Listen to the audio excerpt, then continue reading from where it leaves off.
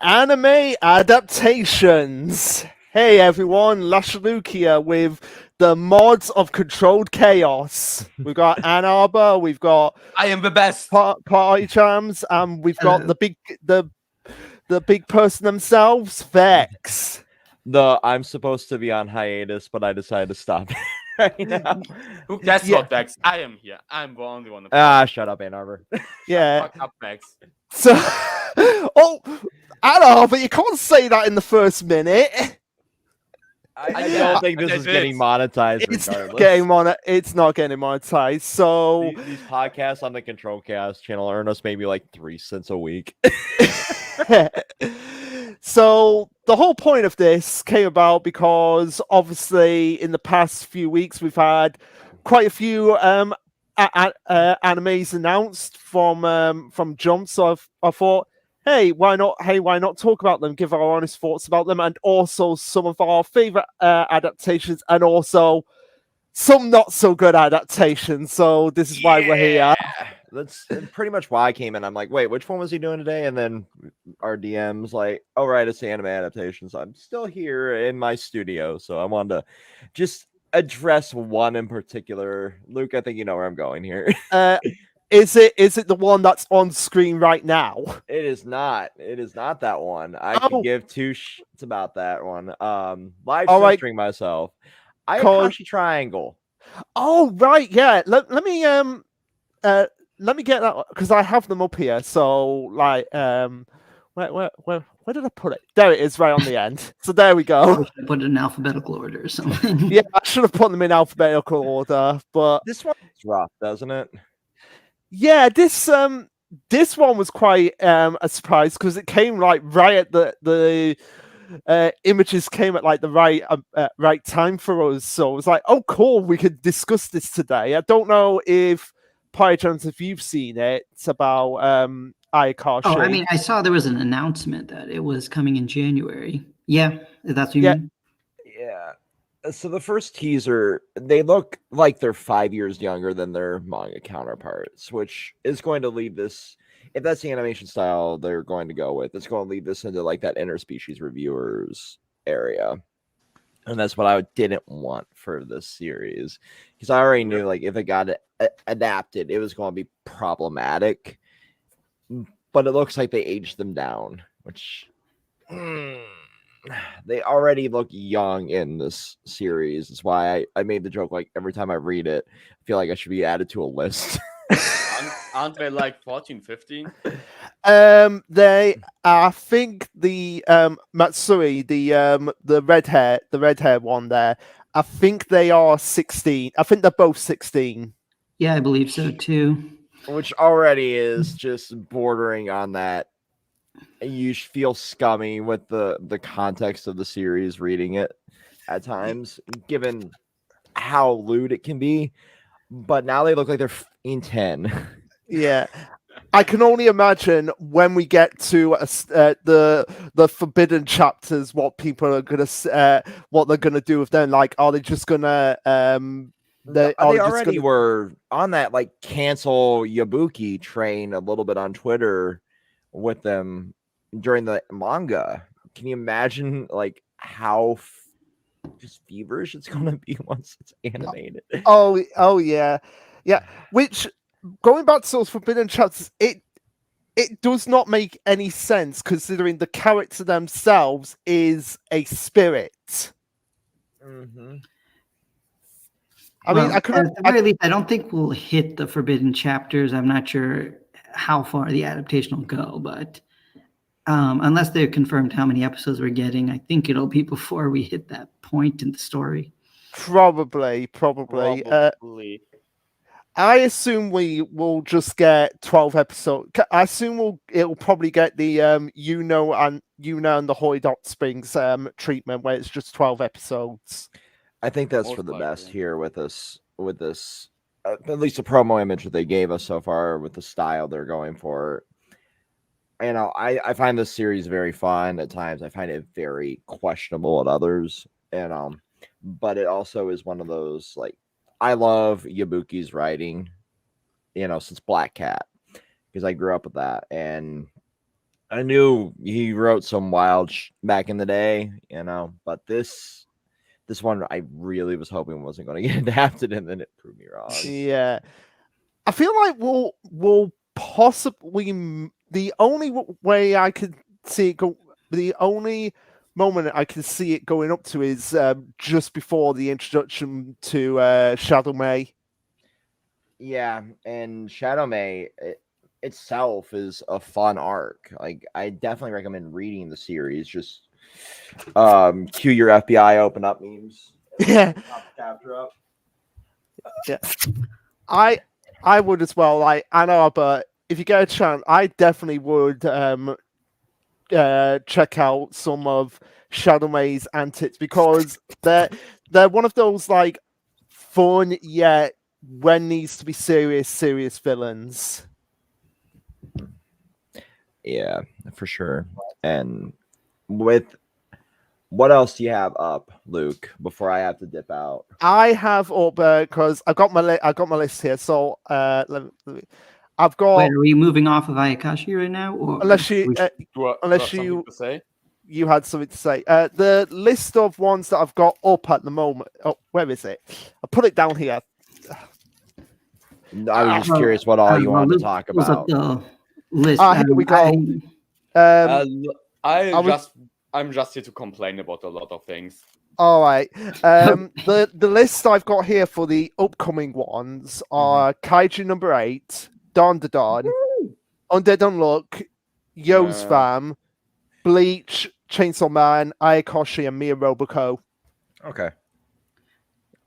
Well, I mean, if we're gonna move on, the one point I did want to bring up with Ayakashi, because again, I don't know how far it'll be adapted, but it is like a series I hope people give a shot because it's a fun series.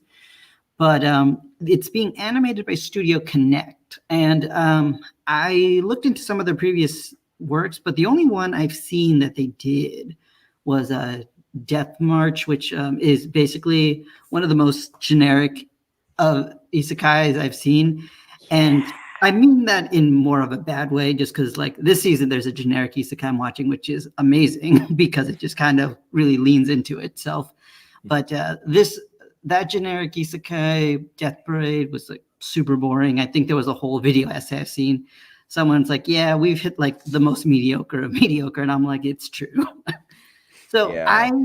but in terms of the anime itself, its animation was pretty forgettable.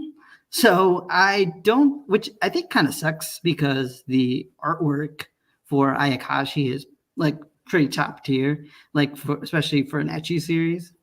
So I'm kind of a little disappointed by that. I want to bring that up.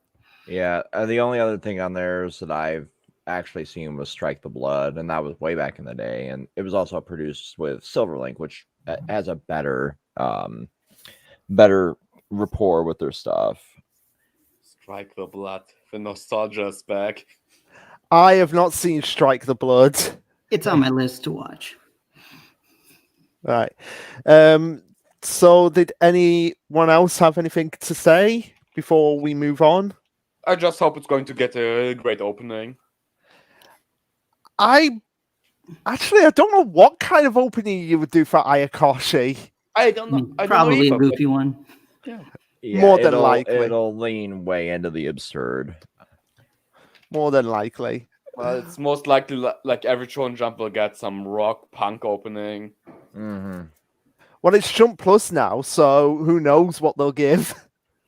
That is true. No one cares. No anime studio cares about Jump or Jump Plus.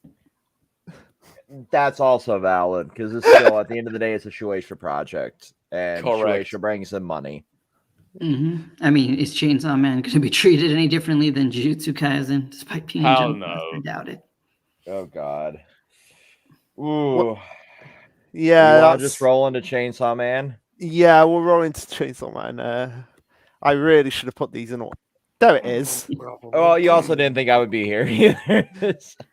Well, I mean, I don't think that would have affected anything. Just because we still would have wanted to figure out what series to talk about. Yeah, that would have affected. So yeah, Chainsaw Man pretty much confirmed that we're doing the whole of part 1 from the trailer, because you see that clip of Power running away from we assume is Makima after she's been revived. Yeah, and I think it's a good thing to get all of part one, because most anime are supposed to be a way for people to get into the manga, and I think if you watch Chainsaw Man, there's only going to be so much of part two to catch up with.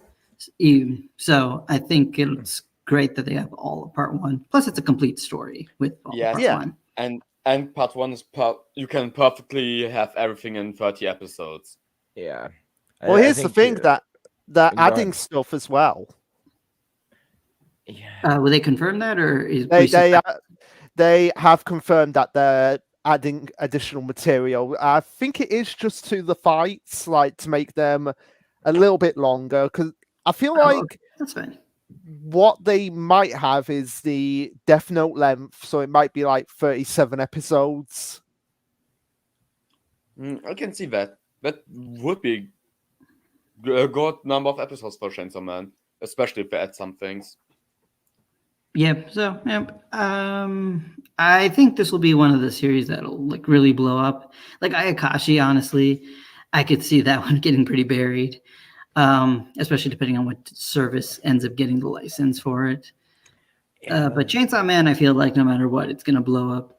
So yeah, even before its anime announcement, way back when I worked for Amazon, way back like 2-3 years ago at this point, it was one of the most popular things we saw there. Like we could not keep any of the volumes in stock in any warehouse, so it was pretty impressive how popular it was way back then. That's like before we even knew, like from the leaks from like what's his name, Yonko Production. Like it was just flying out of the warehouse. So and so was JJK, and that was like right when it got its announcement. They were like basically paired order to order. So I knew right then like this was something special, because it was just so massively popular just on the manga standpoint, and now with a whole nother audience getting into it, and it fitting so well into that 32 episode season package with like the additional content. If that's the case, it's just like animating the fights a little flashier, a la like One Piece or Bleach. It's going to be the perfect like attention grabber for people to get back into like manga, get into like part two, maybe check out Fujimoto's other work. And the big thing for me now, by the time this airs, like part one starts airing, we'll only have like 20-ish chapters max for part two. So just condensing all of part one into that first package, and then maybe if the rumors are true and Mappa's CEO is just a massive Fujimoto simp, we'll see part two get adapted, part three, part four, whatever route we take by Mappa, and that there's going to be quality regardless of the practices of the studio. You're going to have quality each part, because they'll want to throw their whole best A team at this project no matter what it is, and that's really impressive for such a small product, because at the end of the day it's 97 chapters. I know, and that is insane. Just the power of the power of, it's like you want to know what it's like. It's like Makima literally came out of the series and was just like, you're mine now, Mappa. No. Everyone that buys a Chainsaw Man volume is like, you will buy a volume of my series and you will love me. We obey Miss Makima. Yeah, I'm just and again, I am hoping that with this series we don't get like a bajillion of a certain YouTuber who can't get out of their manga prideness. Videos. She made 18 videos out of that 3-minute chapter or that 3-minute trailer. I know. What? Is she looking at every goddamn frame or what? That is basically what she did. She was that putting shit infected TikTok. Really? Yes, I found her content on TikTok. And Oh my! It wasn't her uploading; it was other people just dunking on it, which was gratifying to a degree. Because, like, how are you going to complain without seeing these in motion? Really, like, you've slowed down 24 frames a second to that massive, like, I'm speeding it up for this, because animation is supposed to be 24 frames per second. And when you go and record it, it's going to be in that like 30 FPS to 60 FPS, depending on how you process it. So, of course, whenever you go back to your edit bay, you're going to have it look like absolute shit because it's sped up, all while being slowed down. Animation's fucking weird. Yeah. And like seeing it compressed and recompressed from fucking like whatever screen recorder these people were pulling it from. I don't know how much you guys are on TikTok, but there's a famous like GTA race bit from the Goons, where it's like now looks like it's 2 FPS and it's in like 17 different languages subtitled. That's how it was looking by the end of how many people were dunking on it. Oh my word! Fuck. Oh my! It was insane.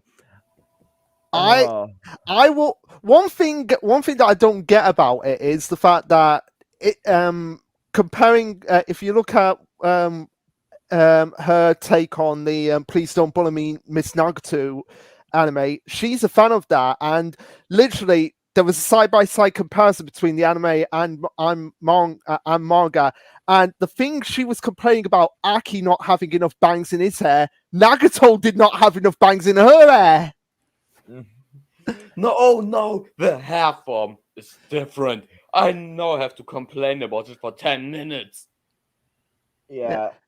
Like those types of YouTubers always really get me, and of course we're going to get it no matter what series we're talking about, what division of anime, what subgenre of this, right? As depressing as also really just a giant relief because you realize that there are constantly going to be people there to shit on them. Yeah. And that's something I welcome even us, like if you want to shit on us in the comments, go for it. We'll make 30 minutes out of a fucking hour long review out of it, apparently. Yeah. Yeah, that was fun. I loved that, and I honestly would have been fine if you did another 30 minutes just talking about that one line of chainsawman's not real, it's American propaganda. I fought for that to be the thumbnail. I really did. I mean, chainsawman isn't real, just like Texas isn't real. No. Let's not deny Texas here. No, I'm the American here.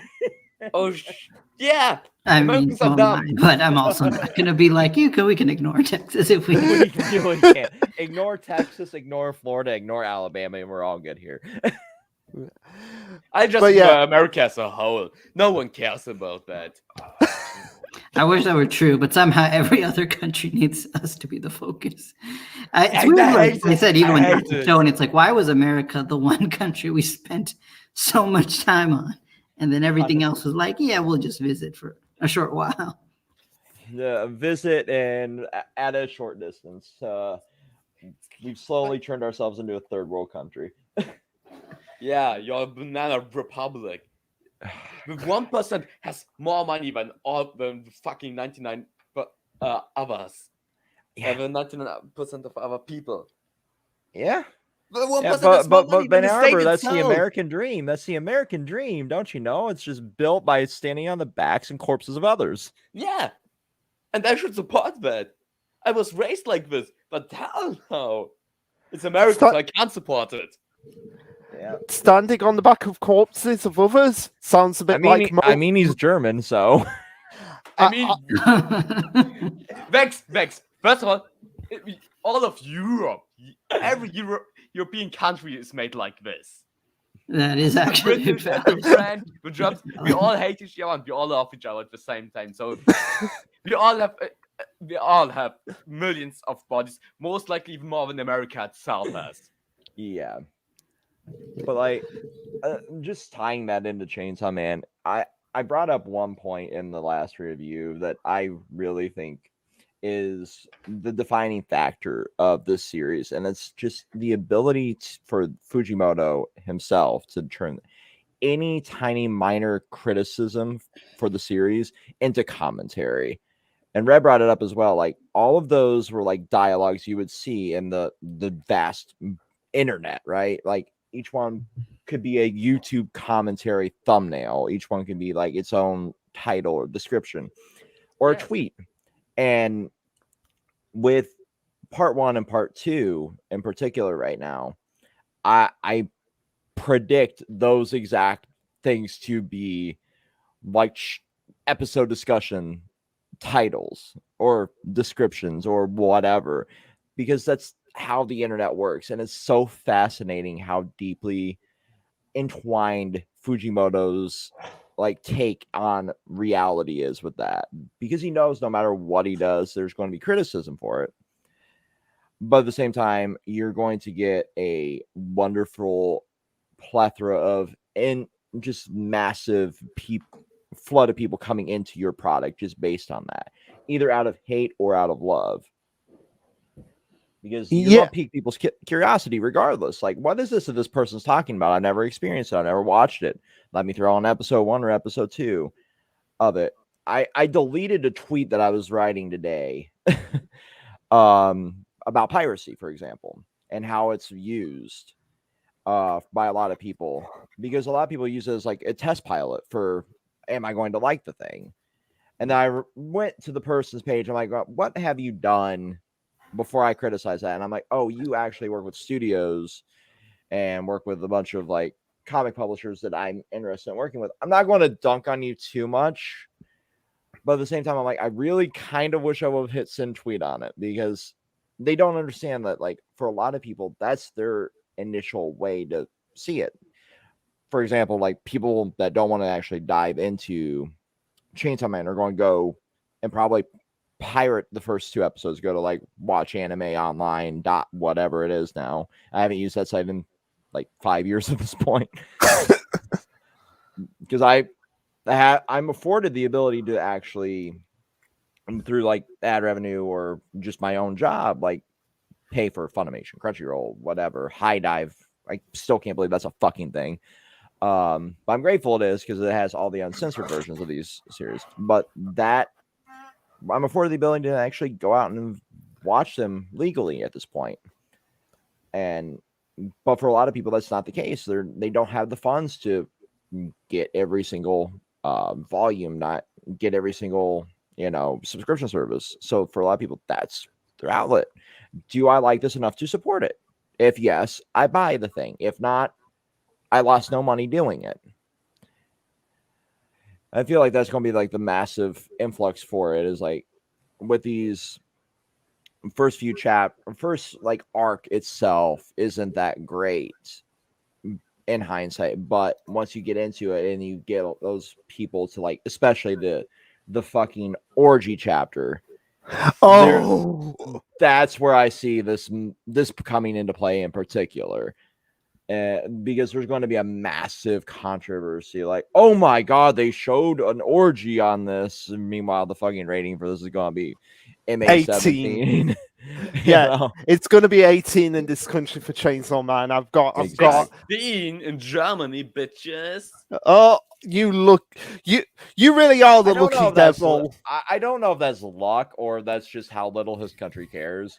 But it's going to be like MA-17 here for sure. No, and it's sexuality itself is just more openly accepted in German media, so we don't care about things like that. Fair. Yeah. But the massive gratuitous violence and everything is what's really going to get it that 17 plus rating here. Yeah, definitely. And also another thing I am worried, but at the same time, no, it's probably going to happen, is the action toxicity that's going to come from this. Can Denji beat Goku? Answer the question, Luke. Can Denji beat Cancer? If he can also beat Goku, because Cancer bigger Goku. I've learned that on YouTube. Denji can beat Goku because he would just eat him. But the point I was making was, say about eating them? Well- in the world of Dragon Ball, like when the Dragon Balls just wish him back. Well, it wouldn't because he wouldn't exist, and there wouldn't be a body or a soul to bring him back. But the War Devil kind of throws a wrench into that because they remember the nukes, despite And Makima remembered the Nazis. She remembered my neighbor. Yeah, So, yeah. I'm curious. Like, are we going to get like an explanation for that? Like, how despite being erased from existence, people still remember these things. I mean, I'd hope so, but I think Shonen OG like had a video where he kind of explored a theory about that. So it's pretty interesting if it comes to be. the Okay. only people who we have who remember things are the Horsemen of Apocalypse and War and Makima, and maybe even the primordial devils should be able to remember that. Yeah, because they technically have existed long enough to have seen, and both they're coming into existence and they're going out of existence. So they would remember a thing, just not have the maybe like I don't know. It's Or they fucking wouldn't weird. just care. They I wouldn't mean, I care. just attribute it to time traveler memory, like the Doctor from Doctor Who. Like we literally erase things from existence, but he still remembers because TARDIS. Yeah, Maybe So it's I just something assume like- because devil. Maybe it's something like if you see what is eating, you are not forgetting it. Just as Makima said, she saw him eating all the things. Maybe It's she weird to watched- think about like how much the Control Devil influences this world. Yeah. I mean, she is controlled. She is Yeah. British. But yeah, the point I was trying to make was that people are going to come in. They're going to because I think it's unanimous that we all love. I don't know about you, Pyjams, and you, Ann Arbor, but That's like two. me, Fex, and Red, it's universal that we love the cinema chapter. I don't know what your guys' Everyone opinion. loves the cinema chapter. Right, there we go. But there's going to be those people who are just going to be there like, I don't care about this. I don't care about character development. I just want action, caveman. I know Americans exist. You don't have to name them. But yeah, that's the thing that's going to be worrying me the most about all of this. That they're just going to look at it at a surface level. There will be a lot of people who watch media just on a surface level, especially anime, as it's more like comfort, something to what you watch to comfort yourself. So I won't even be mad about that, to be honest. I more or less expect it at this point because no matter what the media is, like CinemaSins has ruined media literacy, like 100%. And now that we have so many film critics and want to be, I mean, we're fucking guilty of this. Critics of manga, anime, whatever. It'd be hypocritical not to even call ourselves out at this point because I fucking hate slow chapters and a lot of things if they don't make sense to the plot. If they make sense to the plot like they do here, I love it, because you were exploring both Makima and Denji's emotions at this point and seeing if one or both of them were still somewhat human. So it made sense here. But when you just shoehorn a generic, slow, nothing chapter into it moving along, keep it going.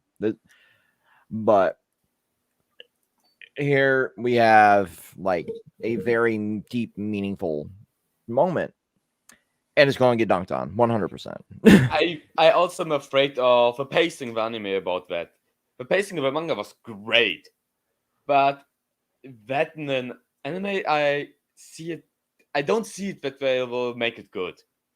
I just see it flop on the standpoint of that is an anime, and the pacing will be shit. I don't think it will be. I don't think it will be that. I think the pacing will be all right. It's just a case of will people's attention be kept in the more like, okay, now we need to slow down after this big action set piece. Mm-hmm. Yeah. But the one scene I am looking forward to the most for anime onlys to see is everyone's favorite breaking of a main character. Well, yeah, and he's not here. He's not here now. But just gonna say what Tyler said when he first saw that. Denji, buddy. That is that's ingrained in my memory of right. just Tyler just being like traumatized of the breakdown of Denji. It fits though, because now we've seen we're now seeing like how deeply that affected him too. I think I didn't bring up too much of it, but I feel like he's still broken from that moment. It's still broken from like the death of power, the fact he has to consume somebody he quite literally loved for a moment, and he wanted to be with Makima. He wanted to have a family with power and Aki and so many characters that just died in front of him. And I think that's a big reason why we see him like regress to essentially monkey mode here. You know why I think that's happened as well is that not because of everything that's happened, obviously, but also I think my theory is is actually coming into fruition that Makima is alive in Denji's subconscious, and she's don't think so. she's always coming out at him, like she's always there as a constant reminder of what she did to him. Don't think so. Because that's what Denji actually said at the end of part 1. Like he wanted to become one with her. Yeah, but I don't think so. I think she is fully reincarnated. Her old self won't exist anymore. Well, I don't want her back. Her story is finished. She was a great villain, and now let her. No, she should just rest. Just like in that meme, you shouldn't overuse something good. Fair enough. But I just feel like it would make sense for the series as well to like that Denji, just because of the fact that he does love Makima, but also he could draw Denji sucking my dick, and it would make sense in the Chainsaw Man. That is fair. This is a universe that exists on absurdity, just like Don to Don. Oh yeah, and I have not read properly Don to Don in like ages. I just felt like this is too much. No, it's just enough. It's just enough batshit insane for me. It was too much for me. It shut my brain off in the beginning, honestly. But it's honestly like one of the best ongoing series I'm reading right now. It gets to that point, which is weird to say considering where it started. But yeah, Dandadan is like the only series in Shonen Jump I intend to start, unlike all the others right now, which I didn't already start. I don't intend to. So you have a bunch of series. I don't intend to start this one. I just say I will, but I won't. That just sounds absolutely insane, and I love everything that I hear about it. Unlike Ayakashi Triangle or the good spy manga. Which spy? X? Oh, I think he's Oh. talking about Mission Yosakura family. Yeah, I won't start that because I don't care. But Dandadan is just insane. That's why I want to start it. Oh, Don is batshit, man. You'd enjoy it. Yeah, but we're gonna get to eventually we're gonna get to Yo's fam in a bit. I got about 20 minutes before I gotta dip out. So okay. What series do you want to talk about next? But yeah, anyone got any final thoughts for Chainsaw Man? I'm hyped. The CGI looks great. Yeah. I wanna save a lot of thoughts for that first episode, but so far everything looks really good. Don to Don's the last one I can really fit in because that one is just my guilty pleasure at this point. All right.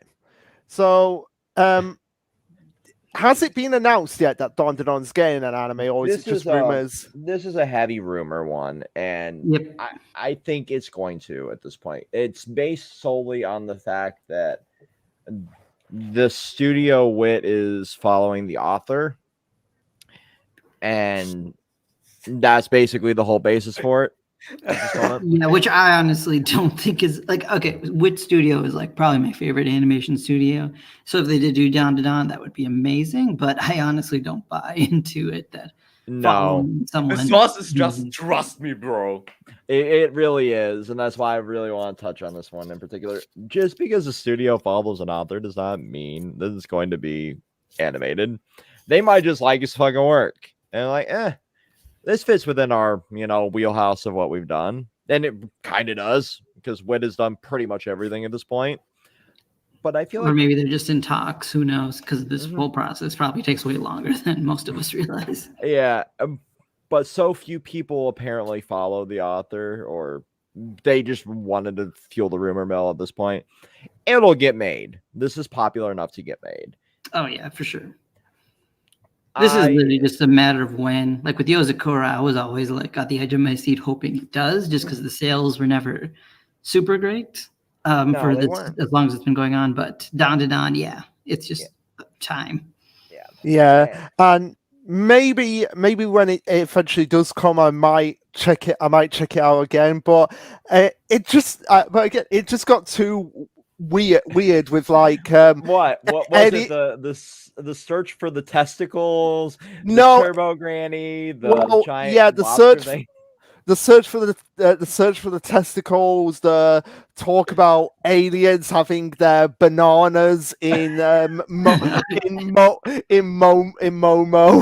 and recently just from what I've seen, like just Momo subconsciously making a giant mecha suit. I'm like, what is this Well, series? technically- What? Wait, Technically, that's an wait. alien metal.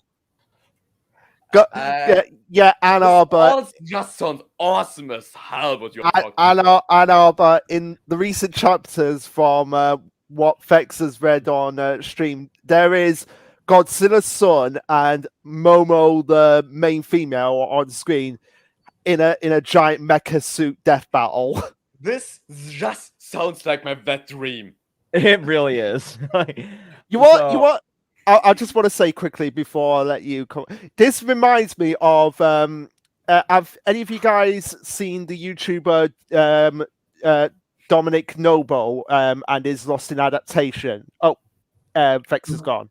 It probably been back in a bit. But yeah, have any of you guys seen that YouTuber? Nope. All right. Well, for context, they do like comparing movies to the books they're based on, and they did. Oh, he's back. He's back. I had lost signal there for a second. I don't know why. Oh, Yeah, it's fine. I was just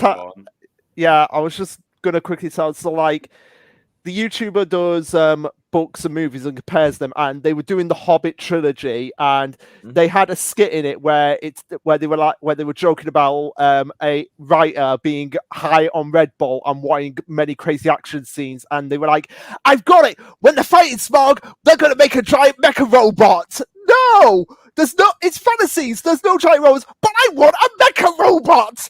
And I was just thinking about that, like. This reminds me of that skit, and it's kind of like the author going, "I want a mecha robot in my series." yeah, that's pretty much what happened. There was like Yeah, no here you precedent go, for a Ann Arbor. giant robot, but then he's just like, I have an idea. Yeah, and I want a giant mecha fight against Godzilla.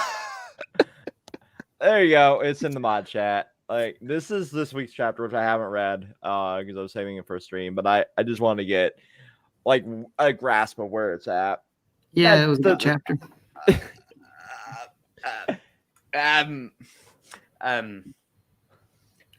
again, I'm going to talk about another Shonen OG video. He actually talks about some of the science behind the giant robot. I love how Shona OG, because isn't he's studying science, isn't he? I thought he's in law school. Oh, oh yeah, he is. I apologize, OG, if you ever see this, but I love how he's always doing that with series, like trying to debate the science and like, no, this is actual science. He's pretty much being like Senku in that regard. Yeah, I love this series. The little bit of his content that I watched, like he breaks stuff down really well. I try not to dwell too much on AniTube, but shit fascinates me at times. Yeah, I will say he's one of the more chill ones because he's just expressing his opinion. He's not doing it in like this is actual hardcore facts, and if you agree with me, you are wrong. If you disagree with me, mean- you're wrong. I mean, to be fair, we are kind of biased because we have done videos with him before. Yeah. I can say that I haven't. So yeah, this shit fascinates me. I'm unbiased here. But no, like the thing that really got me into Don was I love shitty sci-fi, and this is just that perfect amount of shitty sci-fi.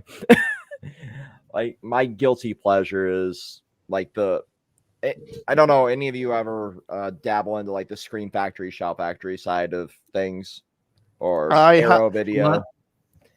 So I have not. Oh, go ahead. They basically just reprint like films that are lost to time, like really, really obscure B, C, Z horror, schlocky stuff like trauma-esque movies, all the way up to stuff like The Fog and Slumber Party Massacre, for example.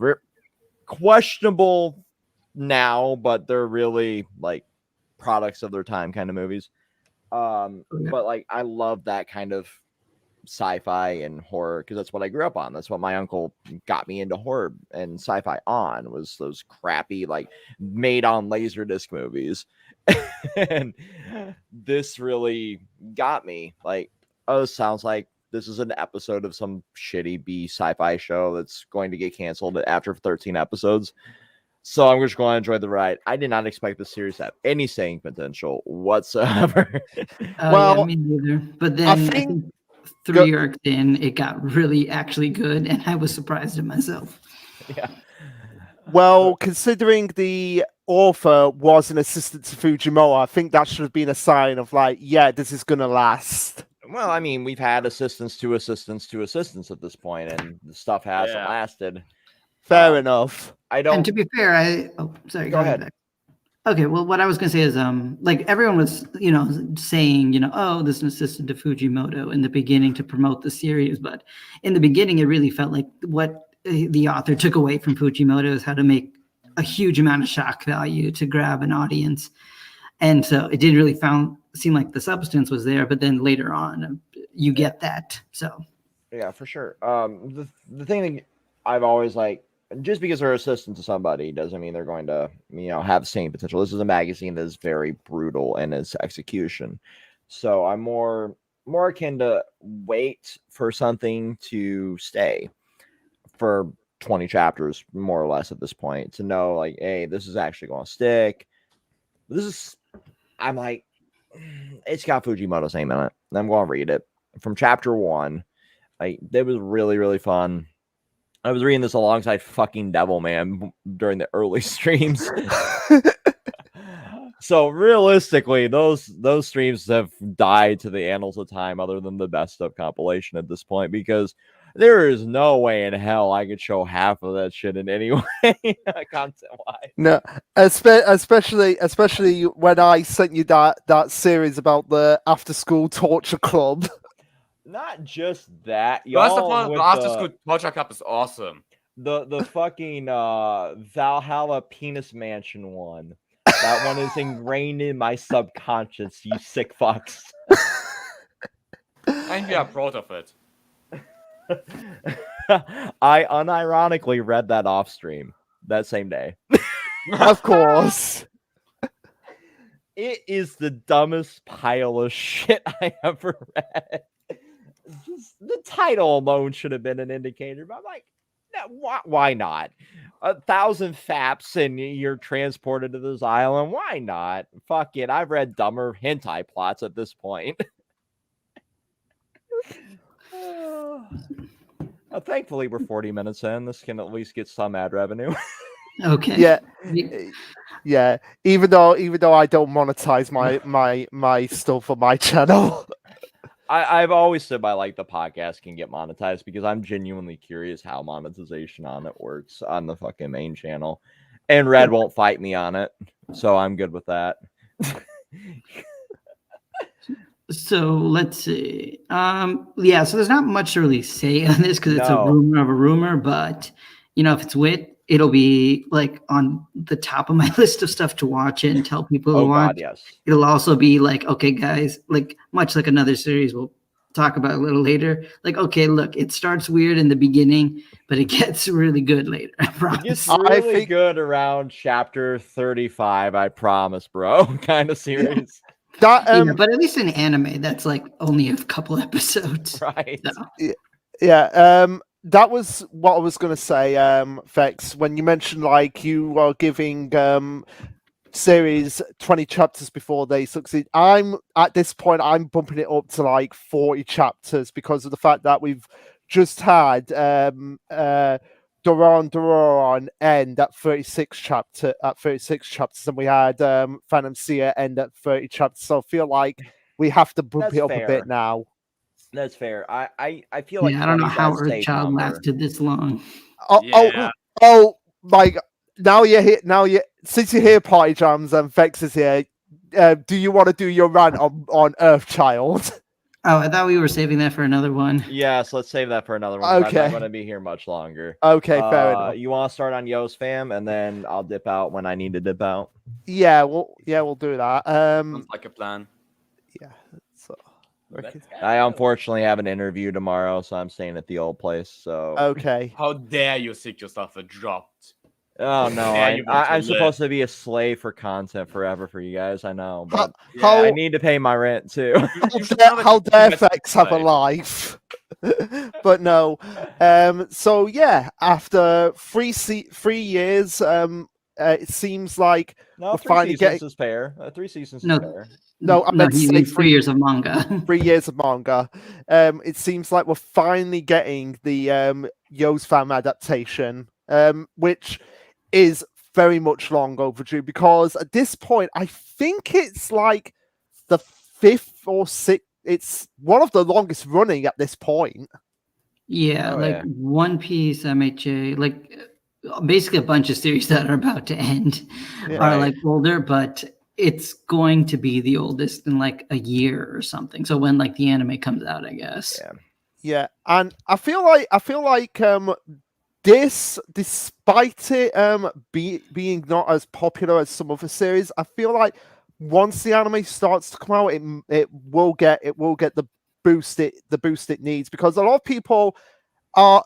I feel like a lot of people just disavowed it because of the fact like, oh, we've got Spy X Family, so why do we need to read this series? But the fact is, it's like, despite the initial setup between them of like the main difference is that Tayu and Mutsumi are a legitimate couple, unlike Yor and Lloyd. Mhm. And I feel like that's what makes it more interesting than Spy X Family, because they're not quote unquote dicking around with each other. Mhm. True. Yeah, so just to say my piece before I have to dip out because my ride's here. I'm very happy this is finally getting its adaptation, but I don't think, like you, that it's going to get a massive boost at first. I think it'll be a little bit later on when people see how different they really are, because it's still going to suffer from the like, it's another Katekyo Hitman Reborn clone, or it's a Spy X Family clone. But once people start actually giving it a valid chance, they'll see how different it is and how darker the story is. But I don't think that'll happen until like a season 2, if it gets a season 2, because we don't know how they're going to handle this. If it's going to be like a 1 core, 2 core, what kind of order it's got.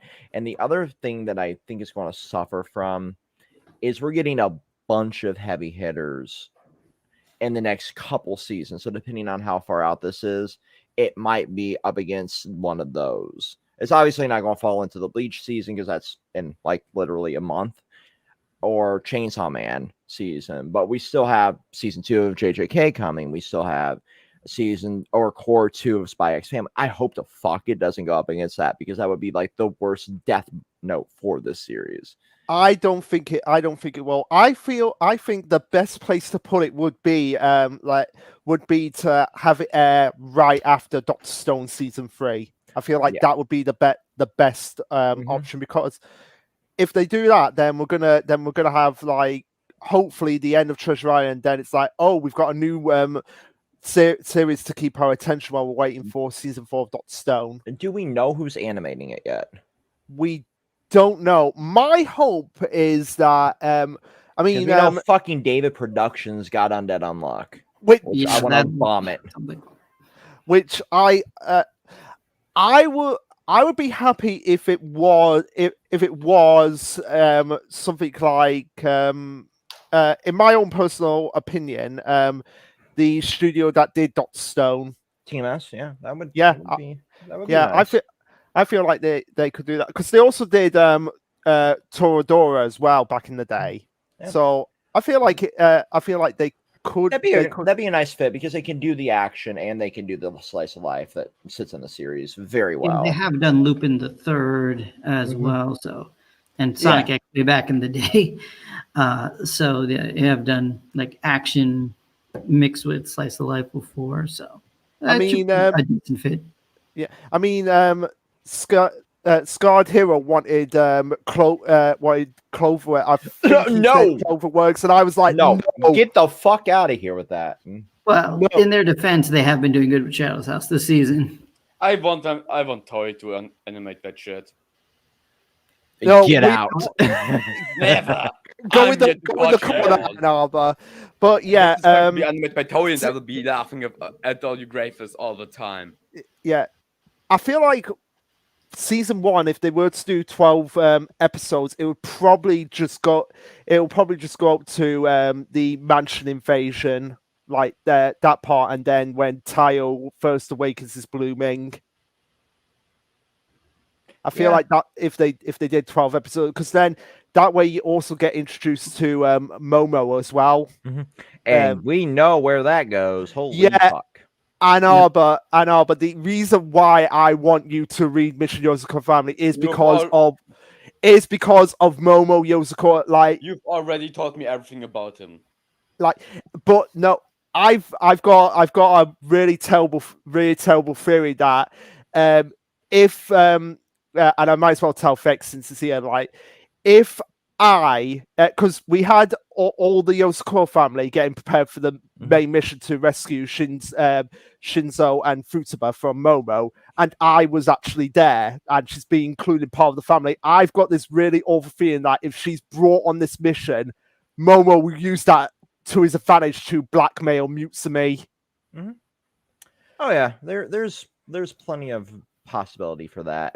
Momo is a classic type A manipulator, so we're gonna have like every possible trick in the book thrown at the family, and I love that we are not afraid to get dark in this series. Whereas every time we get something seemingly dark in Spy X Family, it's just played off as cutesy or just has zero payoff whatsoever. Honestly, like when I've got to say when Momo brought out like the heart of his wife and was just like, your mother's here, guys, look how happy I was. Got a jar of heart. I've got a jar of heart. I was like, you are insane, dude. Yeah. And then it just kept getting darker and darker until the point I was like, this guy we need to do a debate on who's he belongs in Arkham Asylum, Yeah. like this is somebody that does not need to see the light of day ever again. No, but he will. But with that, I gotta start heading out. So thanks Okay. everyone. See you, man. I'll see you in a couple weeks in content. Peace. yeah, See you, and man. also as well, see you next, because we're still doing the Dino Fury stuff, binge. yep. Yeah. Dino Fury. See you then. Yep. All right. Right. So yeah, what I was saying was that yeah, I want to definitely do like a comparison of Shao Tucker from Fullmetal Alchemist versus Momo Yosakov. Like, who is the worst dad? because he definitely gives Shao Tucker a run for his money. Yeah, No, he he does. wouldn't. Otaka killed his own daughter, Momo didn't. I'm sorry, what was that? Shotaka killed his own daughter. Momo hasn't killed his own children, from what I know. No, he hasn't killed his own children, but he has messed about and manipulated the best female in the series, Futaba. And Yeah, but manipulating is a Grayson is not as it's not as bad as killing their own children outright. Yeah, but I wouldn't put it past him at this point, because that probably is going to be part of his plan. Like he'll probably try to kill some of his family. Which if they killed off any of the Yozakura members and stayed dead, and Momo was like, we're together as one big happy family, I'd be like, this author is a better author and takes more risks than Horikoshi. Yeah, well, we'll have to see where that goes. We'll just Although, have to be fair, that's not a huge part to clear right now. No, I think this author takes more risks than Horikoshi, because there is actually characters that actually die in the series, and not just like, oh, we're gonna kill them. Oh no, wait, this one random character that's literally only been in like as many chapters as the famous shield hero is gonna revive one of the main characters, and you're just like, what the hell? Well, to be fair, some characters did die in MHA, but yeah, it's a discussion for another day, I think. Yeah, I think it is. But yeah, Mission Yozakura family, really looking forward to it, and hopefully it's done well. I think a lot of people are. Yeah, I think it's good. A lot of people are going to be like a bit like, don't really take to Korichiro at the beginning, but I will admit he has gotten a lot better as the series goes on as a character, because you actually see like why he is the way he is. Agreed. The other thing I wanted to bring up for this series in particular is Yo's Fam is like a series that really just barely managed to scrape by and then become the incredible series it is now. And I think in part, and I still stick by this, even though some people might disagree with me on it, is the early parts of the story did kind of flounder a bit. And so I hope when it gets to the anime adaptation, they do better with the early structure, because they'll be adapting all that early stuff where the story was kind of just establishing things. Like you said, the mansion, like that might be where it will end, but it also, that was around the part of the story where things really started to get good, in my opinion. So the earlier stuff, I hope they structure in a way where it's more engaging, because I feel like this is another anime that will have trouble getting people unless it has either one, really good animation to go with its action, or two, its storytelling is more streamlined. Yeah, I agree. I think it mainly suffers from what I think a lot of us would call the Dr. Stone effect, in that at the beginning, similar to Mission Yozakura, Dr. Stone at the beginning kind of fumbles about of just trying to work out what it wants to be, and it's only where it gets to like when Senku gets to the finish, that's where it starts to really kick off. It's the same thing with Mission Yozakura family, and I think that had to do with I'm not sure if this is true, but it might have had to do with a change in editor that he had around that time. Could be, but I also want to say, like with Dr. Stone, I think they also still did a decent job even during the early parts of the story. But second, Yozakura, I think, had that same problem as Dr. Stone. And many series, I want to say, have this issue, not just these. But they had it for like much longer, like a couple of months worth of time, where Dr. Stone, I think, was just the first couple weeks of chapters. Okay, that's fair. But I think what people may take away most from the series is just like the insane amount of personality that the series has, because you got the main Yozakura family, and then you've got like many of the side characters, which I really wish, like that is one criticism that is valid, like the side characters are incorporated a little bit more. Yep, and the cast will definitely be holding up a lot of it for sure. And I do think it'll have, like you said, a increased boost in sales. But at the same time, this is a series I think that'll actually, like a lot of other series that we'll be talking about later, I feel like will be nearing their ends. But this series, I think, I don't know if it'll continue much past its anime, or if it will stop around the time the anime is gonna be out, because there's plenty it could do. But then I've from previous history, I've learned I'm very bad at predicting when an Yeah, author wants to end a series. yeah, and I'm not guessing anymore because it seems like week to week, whenever we think like, oh, we're in the end game, the author throws in a curveball that makes us think like, okay, is this going to last longer? Like recently, when we had that mysterious shadowy figure, I'm just like, is this like the next big bad That's your after mama. Momo? And then it's like, okay, well, it could keep going from there, like with the gold ranks as well after that. So there's plenty it could do, but then it's like, and it might just be because of the anime. Like maybe once they figured, oh, we're gonna get an anime, then they decided, okay, I can keep going because the series will be safe for a while. Yeah, and also as well, I feel like Jump would want to keep it around for that very reason. Like a lot of series are either entering just enter their end game or are close to their end game, because we've got like Undead Unluck, we've got potentially JJK, definitely My Hero Academia, and Definitely also Black Clover and Black definitely Clover. One Piece. What One Piece, I feel like has still got like what Oda said, 3 more years. So 4 more years, yes, but yeah, that but is Endgame in Shonen Jump. yeah, but Black Clover, I don't see lasting any more than a year at this point. And my hero, I'm gonna be fair and say February at the very latest. It starts doing the epilogue chapters. Yeah, and also I'll add Mashal to the list as well because it's in its final arc, and there's Yeah. no way it's lasting more than a couple months.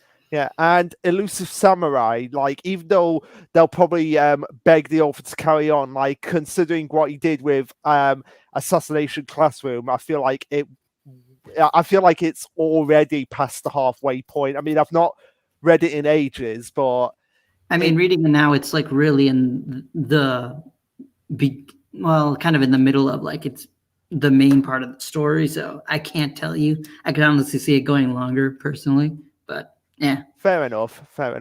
Yeah, and like I said, like the thing that made Mission Yoskora be around for a lot longer is because of the fact that it came out at the right time when a lot of big series were ending. So it's kind of like, oh, we won't end this yet, and now it's got like a clear direction. It's got a dedicated fan base, and hopefully, one thing I do love about the Mission Core fan base is that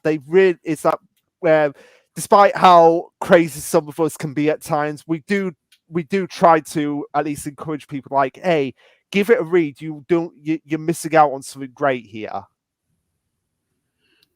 Yep. And hopefully the anime will get more people on board. Yeah. And speaking of like a series surviving through a bunch of big series ending, I'm hoping the same will be true for Smartphone, because now with Earthchild having confirmed to be ending next week, it's like, okay, well, now what's at risk for being axed? Yeah, because we got the big problem of too much text. My Smartphone. Smartphone has way too much text on its fucking pages. Yeah, I feel like I need to do like a side by side comparison between that and Witchwatch to see which series has the more text heavy. Yeah, that would be kind of fun. But I do see what you're saying, Ann Arbor. I think it does still a decent job, and I think the last chapter was not too bad. And also, Earthchild is way worse at some of these text bubbles, and it's worse because of just like how they arrange it. That's a whole rant, I'll say, for year. I'll be bottling it till then. Yeah, save it for the end of the year where we do like the State of Jump update video. But yeah, so that's really all my thoughts on the Mission Yozakura anime potential announcement. So, which series did you guys really want to put focus on that's upcoming for an anime? I want to kind of do Undead Unluck. Ann Arbor, do you have any preferences? No, I don't. Okay, well, all right, we'll do Undead. I'll just get rid of. How coincidental that I put it right next to where I had Mission Yosako family. Okay. So yeah, Undead Unluck. I'm assuming we're all like caught up on this one. Yeah. I dropped it. Okay. Oh. Wait, Luke, what happened? No. Okay, it's fine. There we go. Okay. Yeah. Yeah, so this one, what I find interesting about Undead Unluck, I mean, well, first, we already said earlier in the stream that this will be animated by David Productions, which, for those who don't know, it's like Fire Force and JoJo's and like extremely good at action. How did it get David Production? Like, were they really simps for Andy? I mean, it's David Productions definitely should work on something that's like a major battle shonen. So if they weren't going to do something like Mashal, it makes sense to do Undead Unluck. It's like a very dynamic fights. Plus, like with Fire Force and JoJo's, I think, and this series, like their battle systems are very involved. And so I think it makes sense for David Productions to do this one. It's just surprising because the series, like in terms of sales, has been kind of declining. Like rapidly. Yeah, and that's the thing that's been worrying me the most. Of like, as this caused the author to feel like I need to get to the end game as soon as possible. I feel like we'll know if it's the end game if in the next few chapters they're like, oh, we're at the base of God, because as soon as like that happens, like, yeah, we're in the end game. Yep. And the other thing I wanted to say is, going on what Luke was saying, is that this is a very interesting position where the anime is, I think, scheduled to come out next year, was said. I don't know if we have an exact date, but I think sometime next year. But this is an anime that might come out just as its manga is ending. So I find that kind of funny. Because, I mean, on one hand, they have the complete material, so there's almost no reason to not adapt just about everything. And two, this is not a series, I think, that will get much of a sales boost. I mean, I think we'll have to wait for the next volume if the announcement helped at all, but this series lost a lot of fans fairly early on. Yeah, it lost me very early on because of the whole Billy situation, but I eventually caught back up, and yeah, I am glad I did. But at the same time, I'm like, it feels like it's been struggling to keep my attention recently. I mean, I will say there is a dedicated fan base that really loves this series. Like, whenever I talk about it, I do find like there are fans who absolutely love what the chapters are providing, and the recent chapters have been decent. But it's more just like the story is at its end game, and so that's why it feels kind of good for wrapping everything up, connecting all the loose ends and whatnot. So that's what's good about it right now.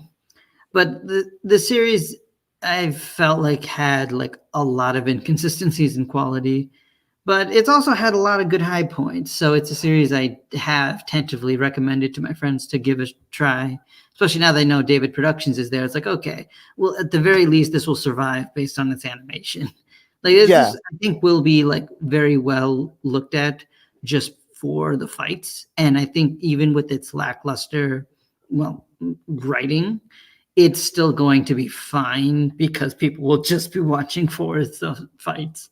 Yeah, I'll never forget when they were doing the whole Ragnarok into the sun thing, and you were like, wait a minute, that makes no sense, and you had that big discussion with One Smart in the Discord server. Yeah, I remember that too. I mean, at the end of the day, it felt more like, okay, so I understand what the author is trying to do. They just didn't use English correctly, which, to be fair, is probably not their first language. So I will say I think my anger was somewhat harsh, but at the same time, in retrospective, but at the same time, this series does do things that make me go, why is it doing these things? And I don't care as much as the series wants me to care at this point in time. But at the same time, I also want to say that it does have a lot of good points in terms of like backstories for a lot of the characters and whatnot. And its battle So I think it'll still be fine. But the big thing, I guess we should talk about, which I'm surprised we haven't yet, is like how the first episode will be, considering the controversial first chapter. Yeah, it'll get people in that, like what Vex said. It'll get people in just because it's going to be controversial. But at the same time, it's no bigger controversy than what happened with Rising of the Shield Hero. Yeah, and I think in that sense, both the animation, the controversy, this anime is set up to be like another really big one, which is kind of almost weird to say just because in terms of sales numbers, again, it's not a series that's that big in Shonen Jump, Shonen Jump, I think, originally thought it would be much bigger than it ended up being. But Yeah. I guess good for the author. This is like a rookie mangaka that got their series into an anime, lasted long enough for it, and it's going to be a very solid adaptation. So, I'm at least happy for them. But at the same time, I'm kind of hoping that their next work, because this one's definitely ending soon, is going to be improved either with better writing or a writer. Yeah, I feel like what the author really needs to do at this point is plan their characters out a little bit better, so that we're not just I'm going to kill off this character. Oh, I haven't done the backstory yet. Here it is, right before they die.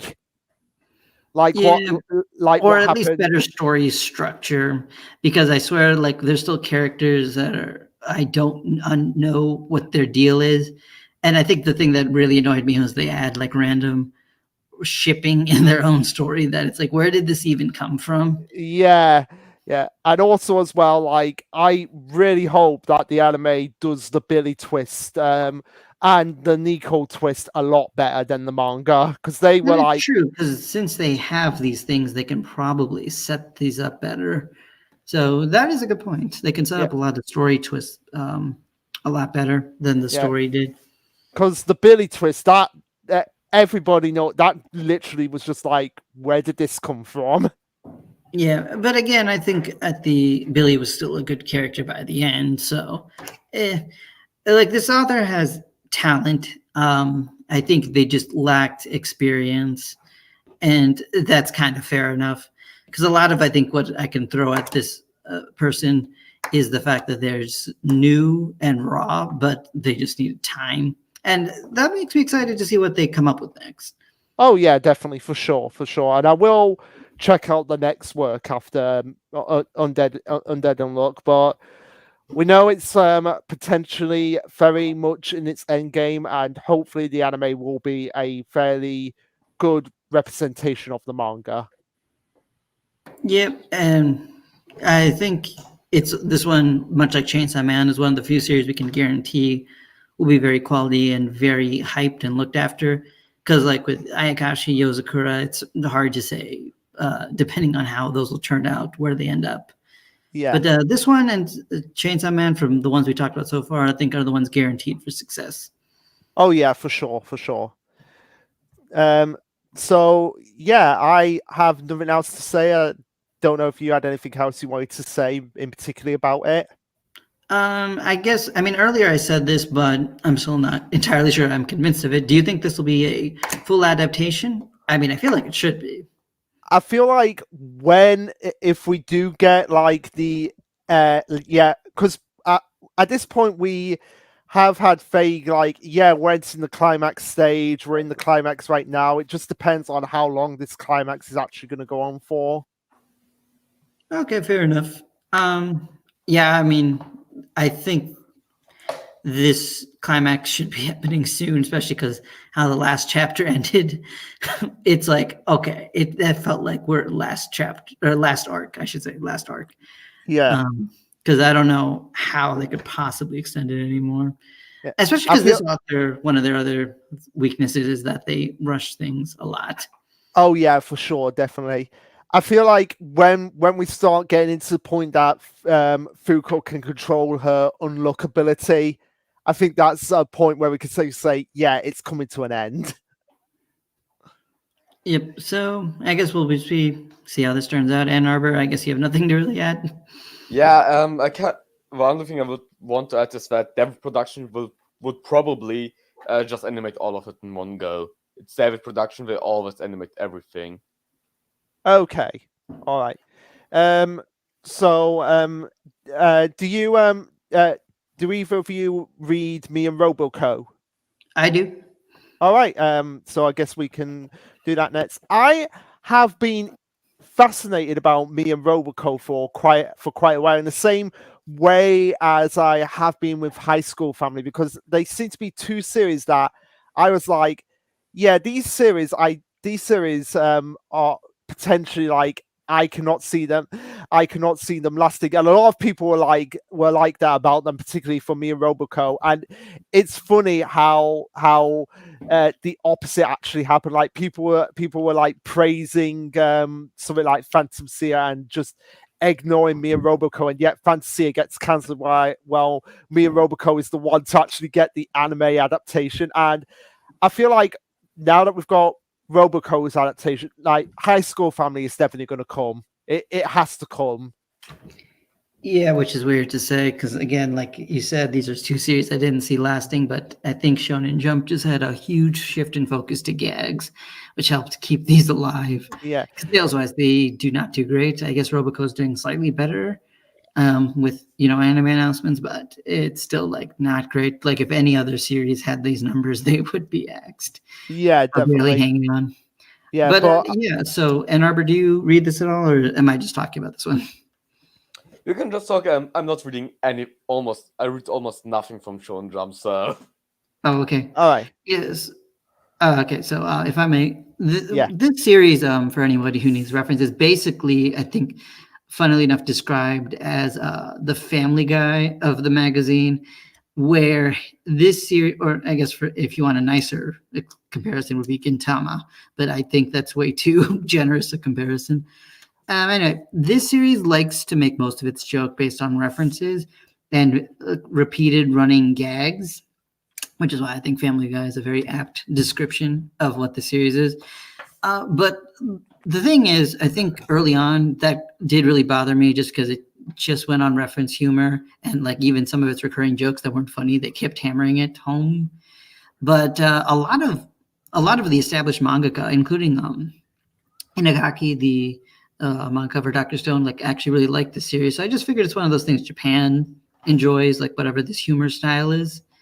In addition to that, I think what I ended up liking about this, because even though I've just been making fun of it a lot, is I ended up growing an attachment to it because it does have good emotional chapters that slowly build up like the cast and their bonds.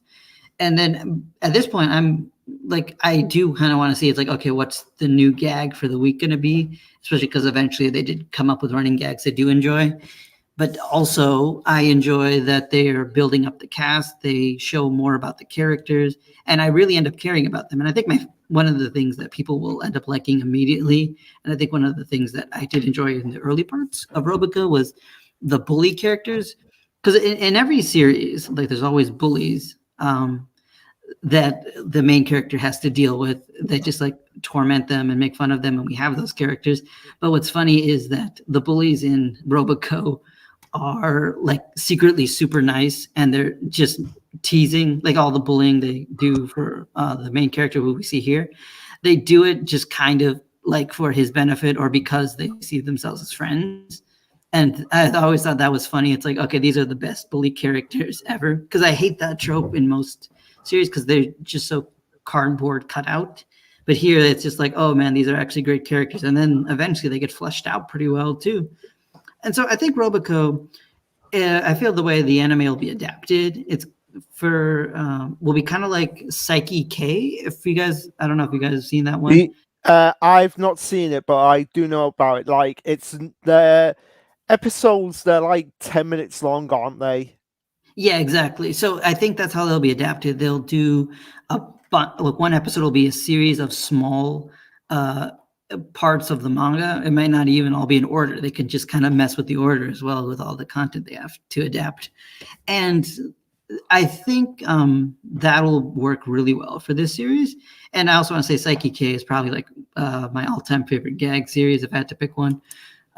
So I think using that format will be good for this series because in a similar way to Psyche, it also does reference humor and has like a character cast you end up growing to. And even Roboco, like in the recent chapters, is actually getting a very fleshed out backstory right now. So I think the series will do decently well, but I don't think it'll be a very popular one. I can't see it blowing up because the gag series usually don't. But I think this will be big in Japan. I think the Japanese audience will love this series, and I'll definitely give it a shot. I guess I can. It's not one I'll tell like my friends, except for my close friends who I know love gag series, to watch because it's again very reliant on reference humor. And I will say one thing though, at least with this reference humor compared to other reference humor I've seen, most reference humor that I don't like is okay. The series is making so many references to things I've never heard of or have never seen or before my time, and so I can't understand the jokes. At least with Roboco, they reference modern Jump series, so I at least understand the majority of the jokes that they tell. Although I do kind of wish they relied a little more on some of my favorite series because they typically go for the really popular ones like Jujutsu Kaisen, which I love, but also like, let's see, One Piece, they do some bits and they do Slam Dunk, I remember they did for one. So they do a lot of the really, oh yeah, Nisekoi one. But I wish they did more of like things like Witch Watch and Dr. Stone, which does come up sometimes, but very rarely. But Okay. yeah, Roboco's good. I'm looking forward to it, which is weird to say because I hated the series, honestly, almost in the beginning. But yeah, it's going to be one of my looked forward to gags, although my favorite gag currently is Witch Watch for those. Yes, yeah, I was going to mention that, like, because you were talking about Gintama, Roboco being Gintama, like, and I would say that more fits with Witch Watch being the Gintama of today. Yeah, exactly, and I do think it's a better reference. Yeah, this is probably closer to Psyche or something, honestly. Yeah. And speaking of Witch Watch, Nemu, get in the house already. I am gonna keep bringing that up as long as I can.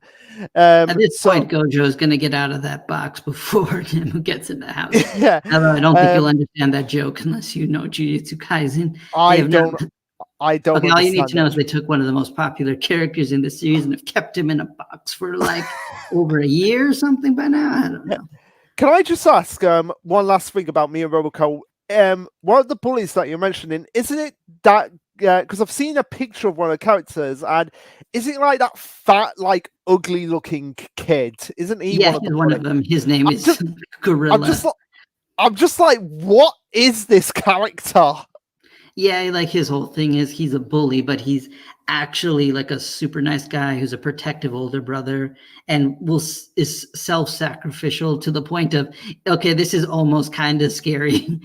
But yeah, he ends up being a great guy as well as the other characters too. I think there's only a few that annoy me, but even then I like most of them to some basal level. I do think the female characters are honestly pretty weak. But that's fine. I think the series has enough stronger elements, but its female cast is super forgettable. Okay.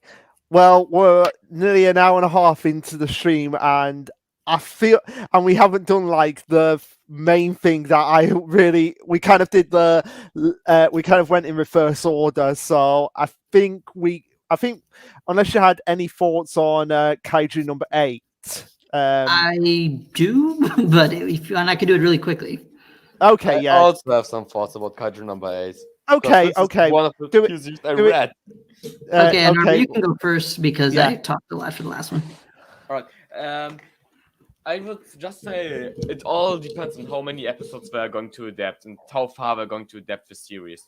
Agreed. Because as me and Patram once already said, the series starts at about chapter 30. The plot only starts. Oh my word! About that, and if we reach that in a really good pacing, then I could see it going for in a long way and have a big audience. But like I said, it takes a long time, and I don't think many people will stick with the series till that point comes. I mean, I would think that at least the early skirmishes, if they can animate it well enough, I think that'll at least get people's attention so that they'll stick with the series long enough Yeah, but to get to that point. But do you think those monsters will be animated 2D, or will they use CGI for that? Because I can guarantee Yeah, that's they will actually a good point now CGI. that you brought it up. Oh, God. Actually, Hey. that's the easiest way they could screw this up. Yes. Yes. Yeah, okay. Yeah, if they do that, then yeah, the series is actually just dead in the water. Well, okay, maybe not dead in the water. I think it still has like a decent story, but it's not. I like this. I like the series. I really like it, but I can't see it succeed with the just with the pacing of the series in general and with the monster design. And if they really use CGI for them, I really can't see it succeed. Yeah, the animation, you're right, is a good point. And the other thing I will say is, even though I feel like the story doesn't get good until, somewhere in the middle of this series, the early parts, at least, I think, are decent enough that I don't think, I think that at least competent animation can handle. But I will also say what I find weird about Kaiju number 8 is this is a series, like much like Spy X Family, honestly, where I was surprised that the series is even like got an anime adaptation. It's like it feels too soon for it to get an anime adaptation, but there's enough material by now, or at least by the time it comes out, for a season. At the same time, I think the first season is going to be mostly not much going on, so we'll see how that works. Yeah, because I think like the early parts of Kaiju number 8, what kept my interest personally was the comedy of the series. Like I think it had like really great slapstick going on, and I enjoyed like the character interactions, even though the characters themselves weren't all that deep at that point. But that comedy, like thinking about it, goes much less later on in the series. They relies more on the action. So it's a bit of a mood shift, but I think at the same time, I was surprised how popular Kaiju number 8 got. Like when I saw the sales numbers for like the first couple volumes, I was like, a lot of the main Shonen Jump titles. Yeah, exactly. So I think in that sense, we also could just be very much underestimating how well it will do. Yeah, I just think that it's really popular in Japan. This is just result from the sales. But overseas, you don't see anybody talking about it. And I mean, I think I've talked to a fair number of people about this series. But I think the anime, I mean, again, you're right, provided the animation goes well, will probably capture more people's attention. Because monster fights are still like, a big thing here. We have like the whole Godzilla trilogy and more to come from the Monsterverse. So I think Kaiju number 8 will do decently, but I think you're right compared to Jujutsu Kaisen, CSM, and even Undead Unluck. Surprisingly, I think this one will have a harder time to guarantee success. Once you say that, and then it becomes more successful than Chainsaw Man. And the thing is that honestly could happen, just because again, when I saw those sales numbers for the first volume, I'm like, oh my god, this isn't that good yet. Why you like? Because I remember early on, people were like, oh, there's so much mystery here that could lead to some Attack on Titan level stuff. And then I'm like, that mystery stuff only just got some focus, right? Like it's a little while ago and not even that much. This is very, very much an action-based story with like the actual story of it being in the far background. And the character writing, it takes a while to get good. I wouldn't even say it's good, that's right now. It's mediocre. The whole series is just mediocre, but not terrible. I mean, I would say that, like, at least the last arc was actually pretty exceptional for this series, but not like it's still not like among my favorites. For the series, but for example, the Shonen Jump series compared, it's not even that good. Yeah, I mean, it definitely benefits from not being in the main magazine. Yeah. But at the same time, I think it has like a solid enough audience. It'll do well enough, even if it's mostly the Japanese audience, even. So yeah, I'm not too worried about this series. Um, I think it'll gain popularity, but how popular? I don't think it'll be as popular as like Chainsaw Man. But like Luke said, there is that chance it can surpass it, but a very slim one. Yeah. So, did you have any other thoughts on Kaiju number 8? No, I just hope Yeah. it won't be CGI hell. Yeah, Oh. now that you put it in my head, I'm scared of that too. My Oh, only like- thoughts are for the manga. I mean, I'm hoping that the current arc they just opened up is like, okay, well, we're going back to action. That's great. But like, I hope there's more story. Okay, fair enough. So now that we've talked about the upcoming anime, I guess we can move into the next main thing of this modcast, which was the Bad. good and the bad adaptations. And I feel like we should start with the bad. And I've got my. Am I allowed to start? Am I allowed to start? I will allow you to start. Let me see if I can find it. Is it? Do we have it on here? Not on this. Oh, it's not on Viz, so I'm gonna have to dive into Google. see, can I bring taking a minute. But yeah, Berserk, go for it, Ann Arbor. I mean, where should I start? I think it's an infamous already that the anime is shit. It's made of multiple studios. One studio wanted fully 2D, the other wanted it fully CGI, and they couldn't find the same ground. And everyone just fought against what scenes they get to animate. It was pure fucking chaos. Everything looks shit. The weapon, which is famously really big, really heavy, is being swung like it was made of paper. The heart is missing. Everything. The music is shit. There's literally nothing good about the anime that they made in 2016 and 17. It's hell on earth. It's hell on earth. I would rather talk with French people or British people than watching that shit. While you're talking with a British person right now. See? Now, just to clarify for anybody who's watching this, only talking about the anime, not talking about the manga of Berserk. The manga of Berserk is it's phenomenal. What were you saying? The manga of Berserk is my holy Bible. I'm praying to it every day and night. There you go. You heard it. You heard it from Ann Arbor, aka the Lucky Devil. And if he's saying the anime is bad, so badly that it has to be struck down by the wrath of the gods, then yeah, it should say something. What is your opinion on the 1990s adaptation?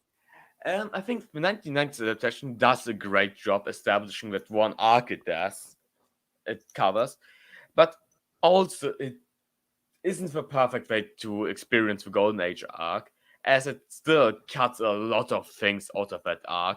Like, I think it cut out like almost 60%. Really? Yeah. About 40, 50, 60%, about that much. It's really cut out. The movies as well, who also just cut out the Golden Age arc, really also cut out a lot of things. Like in the whole Golden Age arc, you're fighting against two demons, two apostles. In both the 1996 and the movies, you only see one. They cut out the whole apostle fight, which was like really important to show just the difference in power. And they cut out the whole fight of. They cut out a lot of fight which the mercenaries did to just show how grandiose they are, just how much they all trusted Griffith. Okay. All right. My question for you is: can there ever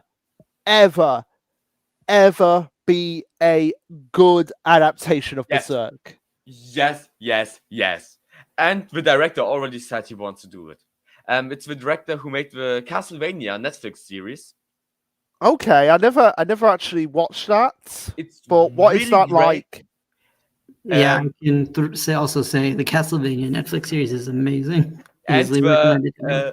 the director already said that he wants to make his own Berserk series. He wants to skip the Golden Age arc because, as I mentioned, it was animated a lot of times, and just wants to try to start at the Lost Children arc, one of the most grotesque arcs in the series, and just wants to go from there. And if why I have so much trust in him is, in the season 3 of Castlevania, you can see a love letter to Berserk itself. And Okay. they show to people we can trust them with Berserk. Okay.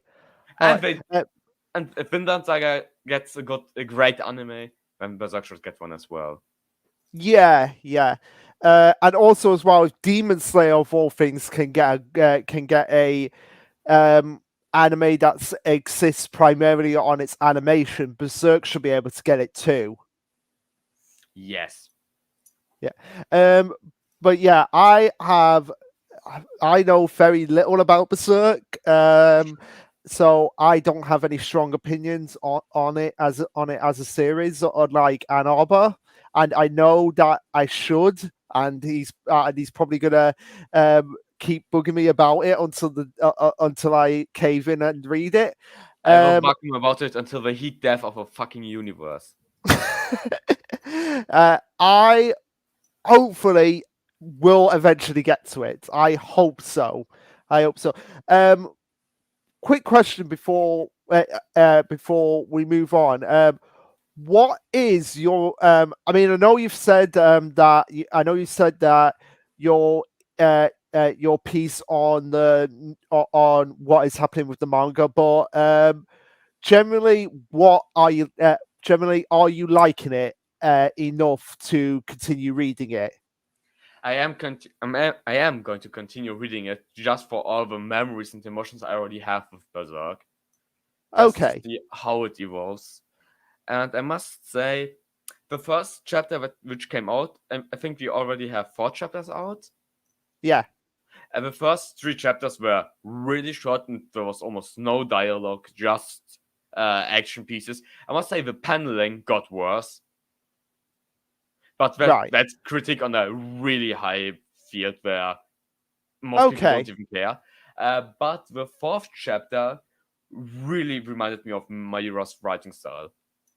Okay. And gave me hope for the future. All right. I've just got to ask, are there many chapters of Berserk where it's just like action set pieces? No. As you just said, with Chainsaw Man, the movie scenes, we have a lot of chapters just with characters talking with each other, just expressing their emotions, just finding each other. Okay. Action is really not the focus of Berserk, and it's really, even though it takes a good part of the manga, it's not the focus. Okay, that is honestly the most surprising thing I've ever heard about Berserk, because I was always under the impression that it primarily focused on its action. But okay, I will focus more on the character and the character development and things. It's great. Okay. I will. It will definitely be bumped up my list now of things to push myself to actually read. I mean, if I can get into Eden Zero, I'm pretty sure I can get into Berserk. If you think Eden Zero is good, that's the problem. You haven't read Berserk, so you don't know what's good. Well, here's the thing. Saying that is like me saying, like, if I think Eden Zero is good, I must be blasphemous against Monster. Like, I put Monster on a very in the same way, like I'm sure you put Berserk on like the equivalent of the Holy Grail. Yes, and you must understand like this: Monster and Berserk are both one of the greatest seinen. If some people talk about seinen, there are over 6 particular names that are often mentioned. Monster and Berserk are 2 of them. Yeah, and like the way you are with Berserk is the way I am with Monster. It's like nothing touches that. I that like series and Berserk. Except Doctor Stone, but that's on a more different emotional pedigree. But Monster is just on its a pedigree of its own. So yeah, if that's all you had to say on Monster, I have got a series whose anime adaptation was so bad that I'm wondering how on earth did it get a second season.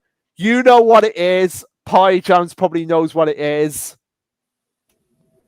Record of Ragnarok.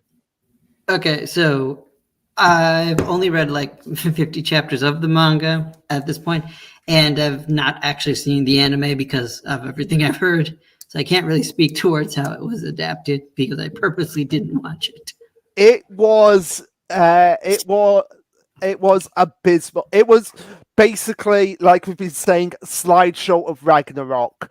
Like the fight between Adam and Zeus, that was mainly slideshow. If I Go ahead. They shouldn't have promoted it as an anime. They should have promoted it as an as a manga, visual manga with audio. Yeah, that is exactly what they If they because did that, I wouldn't have nearly as many problems. the animation is pretty much non-existent to the point where you're like, movement in this series? Oh my god, I forgot what that actually felt like. So yeah, I'm very curious to just like out of morbid curiosity to see it now because at this point I probably am way past whatever the anime adapted. yeah, I would you assume. are. Like it adapted up to the beginning of Jack the Ripper and Hercules. Oh yeah. Okay, cool. Yeah, I'm Yeah, like two yeah, fights past that by now, I think. Which that's what we're getting next time. And you want to know something crazy? The guy voicing Hercules is the same guy who voices Tsukasa in Doctor Stone. Oh, actually, that's pretty appropriate. That is Yeah. pretty. No. Was it actually that? Let me just quickly check. I think it was. I think it was. It was either Jack the Ripper or Hercules. Tsukasa, Doctor Stone, voice actor. Voice actor. Okay, so I mean, yeah, this is a pretty infamous example. Again, this is the reason I was actually looking forward to this anime because I hadn't read the manga. Oh no, when I heard the announcement. Sorry, Oh, my bad. He's not voicing either of them. He's voicing Buddha. Oh, okay, that's interesting. That is I like interesting. Buddha. Buddha's I my mean, favorite character yeah. in the series, and I am just waiting to see how they butcher him. I'm in the Buddha fight right now. I'm in the middle of it. When you get to the fighters for round 8, because you're in round 6 now. When you get to the fighters for round 8, you will be like, this guy is probably one of my new favorite characters. I'm not going to say who it is, but you'll get a kick I out think of him. you told me before, like Human you or actually, god? like that character reminded you of Senku. Oh yeah. Because you pointed out, and that's a spoiler because again, they earlier in the series they didn't have a list of characters who would be fighting. They had like the roster. Yeah. So yeah, it is Nikola Tesla. That is such a great character. When you get to him, you'll be like, "This is Senku if he was in Valhalla." Yeah, and I guess so fucking much. Yeah, but I'm just worried that he's probably not going to survive this fight. He will totally lose. Yeah, and that's a shame. But yeah, going back to the anime, like I am curious, like how they're gonna fit like everything into season 2 because we've got. Wait, so they are getting another season of this? They are getting another season of this slideshow thing fiasco. Although, to be fair, to play devil's advocate here, they are getting another animation studio as well on top of the one that they had for season 1. So And the trailer looked pretty good in compared to the first season. So hopefully, I think Netflix saw the complaints that people had, and they were like, they probably buckled under the complaints of like, yeah, maybe we shouldn't have made these fights feel like they're just manga panels colored in with audio. It's basically like what I'm doing right now. Like you got like Thor and Lubu here. That's basically what the anime is. just still frames and a voice on top of it.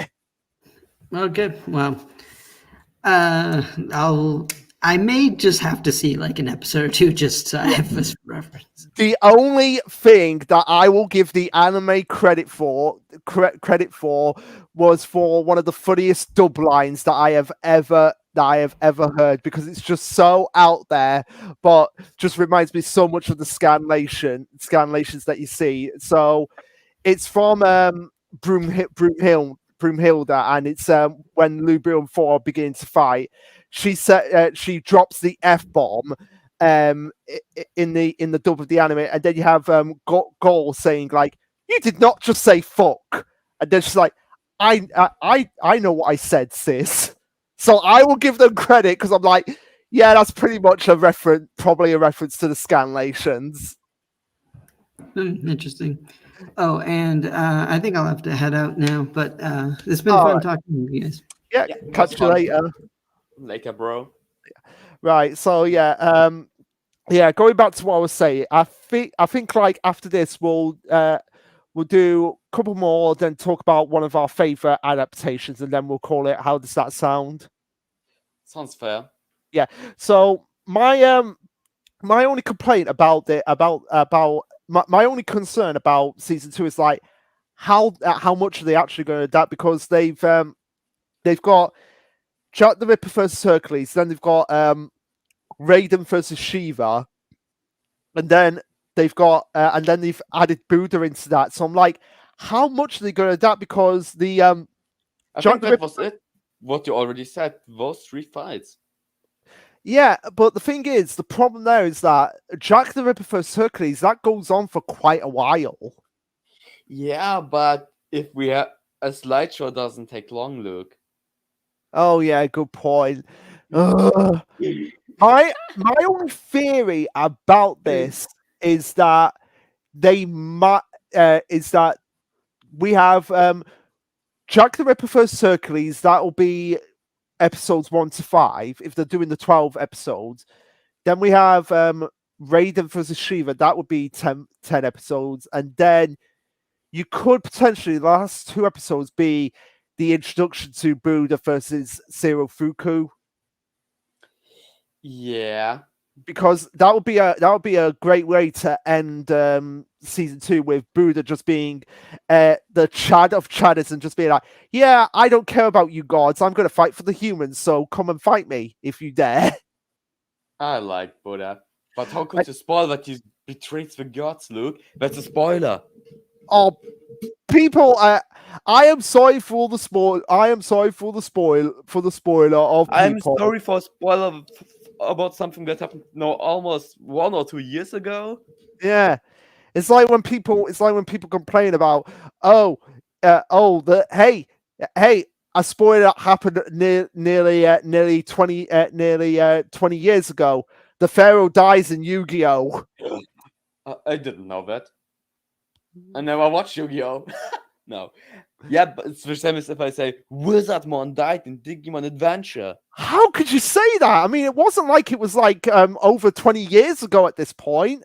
Luke, I wasn't even born when that happened in Japan. And I was when did that happen? That was 1999, so I would have been 8 years old. Yeah, I wasn't even born. Yeah, think about it. I know. Things that. Yeah. I am not pulling any punches when it comes to spoilers here. If people are offended by that, I don't care. But yeah, that is really all I have to say on Record of Ragnarok. It's just like the first season is just an abysmal slideshow attempt with audio on top of it, and I don't need to think about it in the same way I don't need to think about the other anime adaptation that I have got here. I pretend this doesn't exist whatsoever. I was gonna say One Piece. I might as well just say it's not One Piece for you guys, but I'll just say quickly with One Piece and then get onto my real one. Is just, that One Piece? It has a reason why it represents the bat in the thumbnail. Think of Dressrosa. Yeah. So let me find One Piece in here. Have I gone? There it is. So yeah, I didn't anticipate the stream going on for as long as it did, but here we are. So yeah, One Piece's anime adaptation. Just to clarify, the manga is really good. Like it's really good. It's got the legendary status for a reason, but the anime, you get anybody who's been on the Kontrolled Khaos channel knows how much they crap on the anime, and if a certain can I just quickly say, like, if a certain other YouTuber, Twitch streamer is watching this, I apologize because I know how much One Piece, particularly the anime, means to you. So I am very, very sorry in advance for this. To give you context, Ann Arbor, there's someone, there's this YouTuber and Twitch streamer called Tanya who I used to watch on a show on CBBC when I was younger. That just says something. And I only recently found out she was into anime and into One Piece. So I started talking to her, which was kind of a surreal moment. Someone I used to watch on TV, I've actually started talking to. But yeah, when we did our bit on One Piece last time with Red and everyone talking about pre-time skip versus post-time skip, she came in and she didn't like that we were crapping on One Piece, and she said her piece about it because of how One Piece means to her. And I'm like, okay, I get that. If you're offended by that, I apologize. And I've invited her once the 1-0 arc concludes to get in a podcast with me and Red, and like what you saw the tweet that I posted, didn't you? Yeah, you didn't include me. I was Oh, offended. if you want to be included, you can be. We are not friends. If you want to be included in it, you can be, because it'll be quite interesting to see like what some of the criticisms we have with the Wano arc and how she goes about them, because I think she won't like us like complaining about Yamato. I just want to scream at Red about putting Thriller Bark above Wano, but that's just me. But I want to say about the One Piece anime. There are exceptions. If Megumi Ishitani directs an episode, it's always a banger. It's always great. And I just wanted to say she's a queen, and she should always direct One Piece. Please, One Piece would be the best anime in the world if she directed every episode. Yeah, and to its credit with One Piece, some of the filler arcs are not that long as well. They're only about like 3 or 4 episodes. Yeah, but we don't have a lot because we stretch episodes for a hell of a time. Yeah, that is my main criticism of why I feel like by default One Piece is one of my least favorite adaptations. I wouldn't call it on the same level as the other two that I had, which are no, the ones that I'm going to talk about. What was I going to say? Yeah, that's the main problem, is the fact that it's just so slow in places, to the point that you've seen the infamous sumo clip where we have Luffy going I honestly, I cannot wait for when we do that One Piece modcast talking about Wano, because I've got the title of it already now. What Wano arc, a One Piece fan debate. That's going to be the title. I want to see what Tanya says about that, because literally in the manga that is literally only half a page. Yeah, I mean, there are things you can stretch for making good quality material, good quality filler, like the green web or the transformation scenes of the Jammer. Or not this Dumo thing. Or here's something that you could do: the cover serials. Do that. They did that in the past. Like, we got the Buggy cover story as a filler arc for like 2 episodes. Which, by the way, speaking of Buggy, I okay, I get it now with Boogie of like how he became a Yonko. It was This it is was not the One Piece talk, Luke. This is not the One Piece talk. So I know. I'm just gonna quickly say it. I'm like, okay, fair enough, Boogie. Fair enough. But yeah, the One Piece, and again, it's just the slow pacing of the fact that, literally, finisher attack moves go on for like ever. the anime devolved into Dragon Ball Z standards. I have not seen Dragon Ball Z, so I'm not gonna say anything.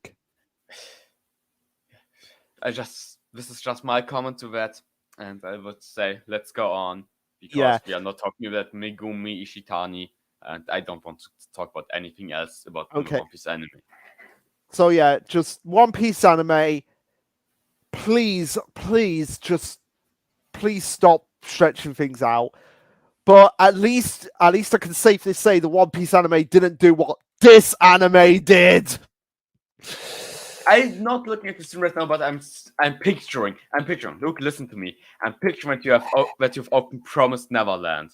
I have opened, in my opinion, the worst anime adaptation of all time. It's not the worst anime adaptation. It's the PowerPoint presentation.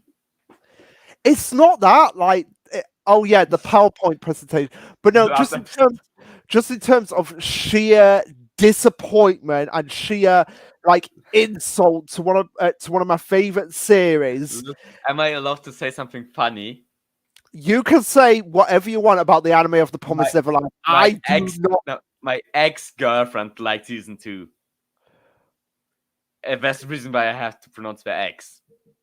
Where is my Death Note? Where is my Death Note? I need my Death Note right now. How can she?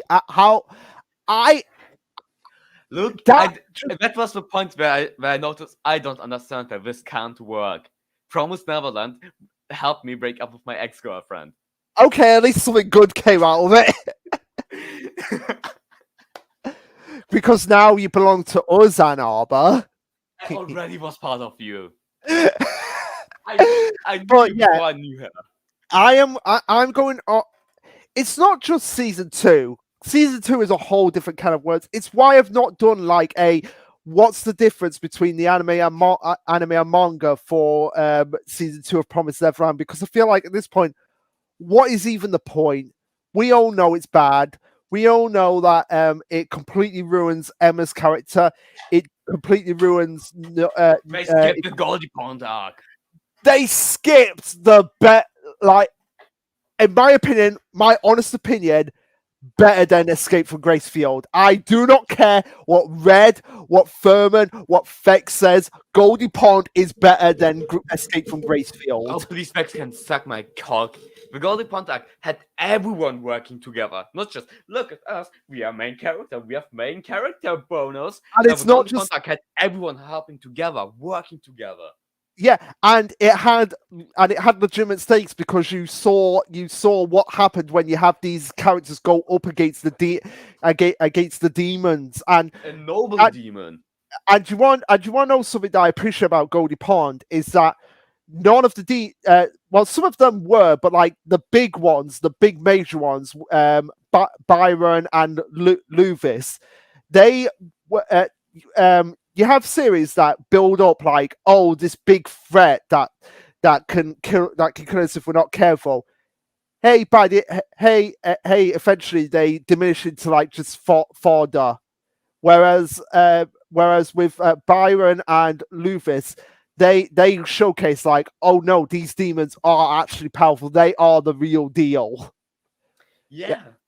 And that again, like the Luvis fight of just like you have like 7 characters going up against this one character, and even after they blasted away his mask, it wasn't an easy victory for them. It took every ounce of trickery, deception, manipulation. Now, depending on how you see it, if you do see the ending as a Deus Ex Machina, I don't. But even if you do, it was still just a satisfying conclusion to the arc. Yeah, I really like Goldie Pond. It's like you said. I have to agree with you. It is the best arc in the series, and they fucking skipped it. They skipped it. And considering it came out at a point where the author was like, I need to make up stuff for the series to continue on.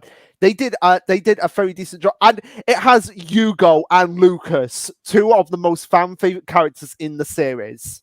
And they were just erased.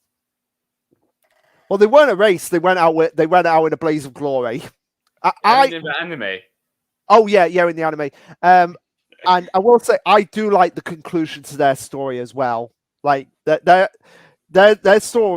story arcs are one of the better written in The Promised Neverland. But yeah, they were just erased. Now, the only preferring theory that I have gotten for this, why they skipped over Goldie Pond, is because of the fact that I think it's to do with the laws in Japan, because of the fact that I think it was because the kids were going all guns blazing.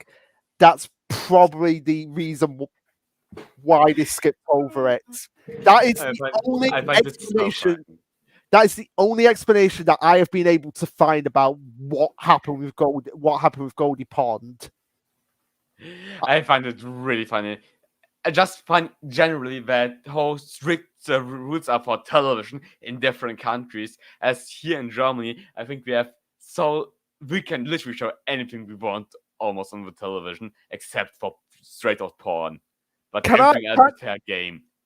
Can Germany just fund an anime version of the Promised Neverland manga properly so that we can get Goldie Pond? You know what? We don't have animators for that, so damn it! I'm sorry, but we will probably have a kick-ass anime opening. Yeah, but yeah, I think my reason why I can back up this theory is because, like, you see guns in other series, but you never see kids wielding them. So that is like literally the only explanation I can think of. And a lot of people are going to be like, well, what about the guns in Doctor Stone? And like, here's the thing: it's only the adults that are wielding them. It's never any of like the. It's you don't see Suika going all guns blazing against Stanley Snyder. Although that would probably be cool. You had that problem already with One Piece. If you look at the Pockets censoring, something that we in Germany never got. Our Helmepper had the musket held to Kobe's head. Oh, you are the look devil, really. Look! You need to look at it like this. We are already teach stuff about World War II in grade school. We're learning things about war in grade school already. So seeing weapons in fucking anime or cartoons is nothing for us. Okay. Okay, fair enough. But yeah, it's not just season 2. And I will admit, as much as I like to pretend that season 2 doesn't exist, it doesn't exist. It's the same as Berserk anime don't exist. There are a few things that I do like. Like, I do like how Mujika, for as little as she was in the series, I do like how she was portrayed. Although I don't like how Songju was portrayed. But yeah. What was I gonna say? There was something else. And I do like how Peter Ratori went out exactly the same way as he did in the manga, which was basically a big fu to Emma. So I do like that, even though Peter Ratori somehow was made even more of a weak villain in the anime than he was in the manga, if that was even possible. But yeah, it's not just season 2; it's season 1 as well. Season 1 has its problems that if anime fans haven't seen the manga or probably don't care, they're probably not gonna know that this is the thing that made me really get mad at the beginning of the Promised Neverland. It wasn't the character designs or anything like that. I'm not going to be picky like that. Like some other people who would be picky about the jawline of a character not being right. Or the paneling not being perfect. Or the paneling not being quote unquote edgy enough, even though you don't need to be saying scenes in the dark for it to be edgy. What was it? Edgiest shows. One of the edgiest shows is Madoka Magica. I never saw something so colorful. Yeah. But yeah, it was the fact that they had a filler scene with Ray looking out of his window, and how did they compensate for this? By taking away the reveal that Mama was like the children herself, and that really pissed me off, because that was like, oh, we actually have a motivation for why she's doing what she's doing now. But who needs motivation if you can just be, I'm bad because I am bad. Why I'm bad? Because I'm bad. And being bad is already bad, so that makes me bad. I am bad. And another Call me thing, bad. and another thing as well that really annoyed me was this just doesn't make any sense in the context of the series, right? It's the final episode of season season 1, right? With Mama being on the wall when Yes! escaping. Yes. Okay, so for context, anybody who wants to know what I'm talking about here. In the manga, you have Mama going like, "I'm gonna capture the kids, and I'm gonna bring them all back." She's rushing along the road. There's tension of like, is Emma gonna make it over the wall? And then it's realized that Emma did make it over the wall. Mama didn't make it. She was too late, and that was great for Emma's character, because it showed like, yes, we have surpassed the person that raised us and person that taught us and the person that was our mother. In the anime, Isabella catches up to her. Can I just say something? Go ahead. The whole anime, they always played hide and seek. Their mother always caught them. They never escaped her. She was always present, always caught her. This was the first time ever in Emma's life, in any of the children's life, that they escaped the mother. Yes. And the reason why it doesn't make any sense in the anime is because it plays out up until that point exactly the same way. Isabella goes crazy when to bring back the children, and then as soon as she makes it up to Emma, she's like, "Oh, I'm going to try and be sympathetic here." I'm like, that just doesn't make any sense whatsoever.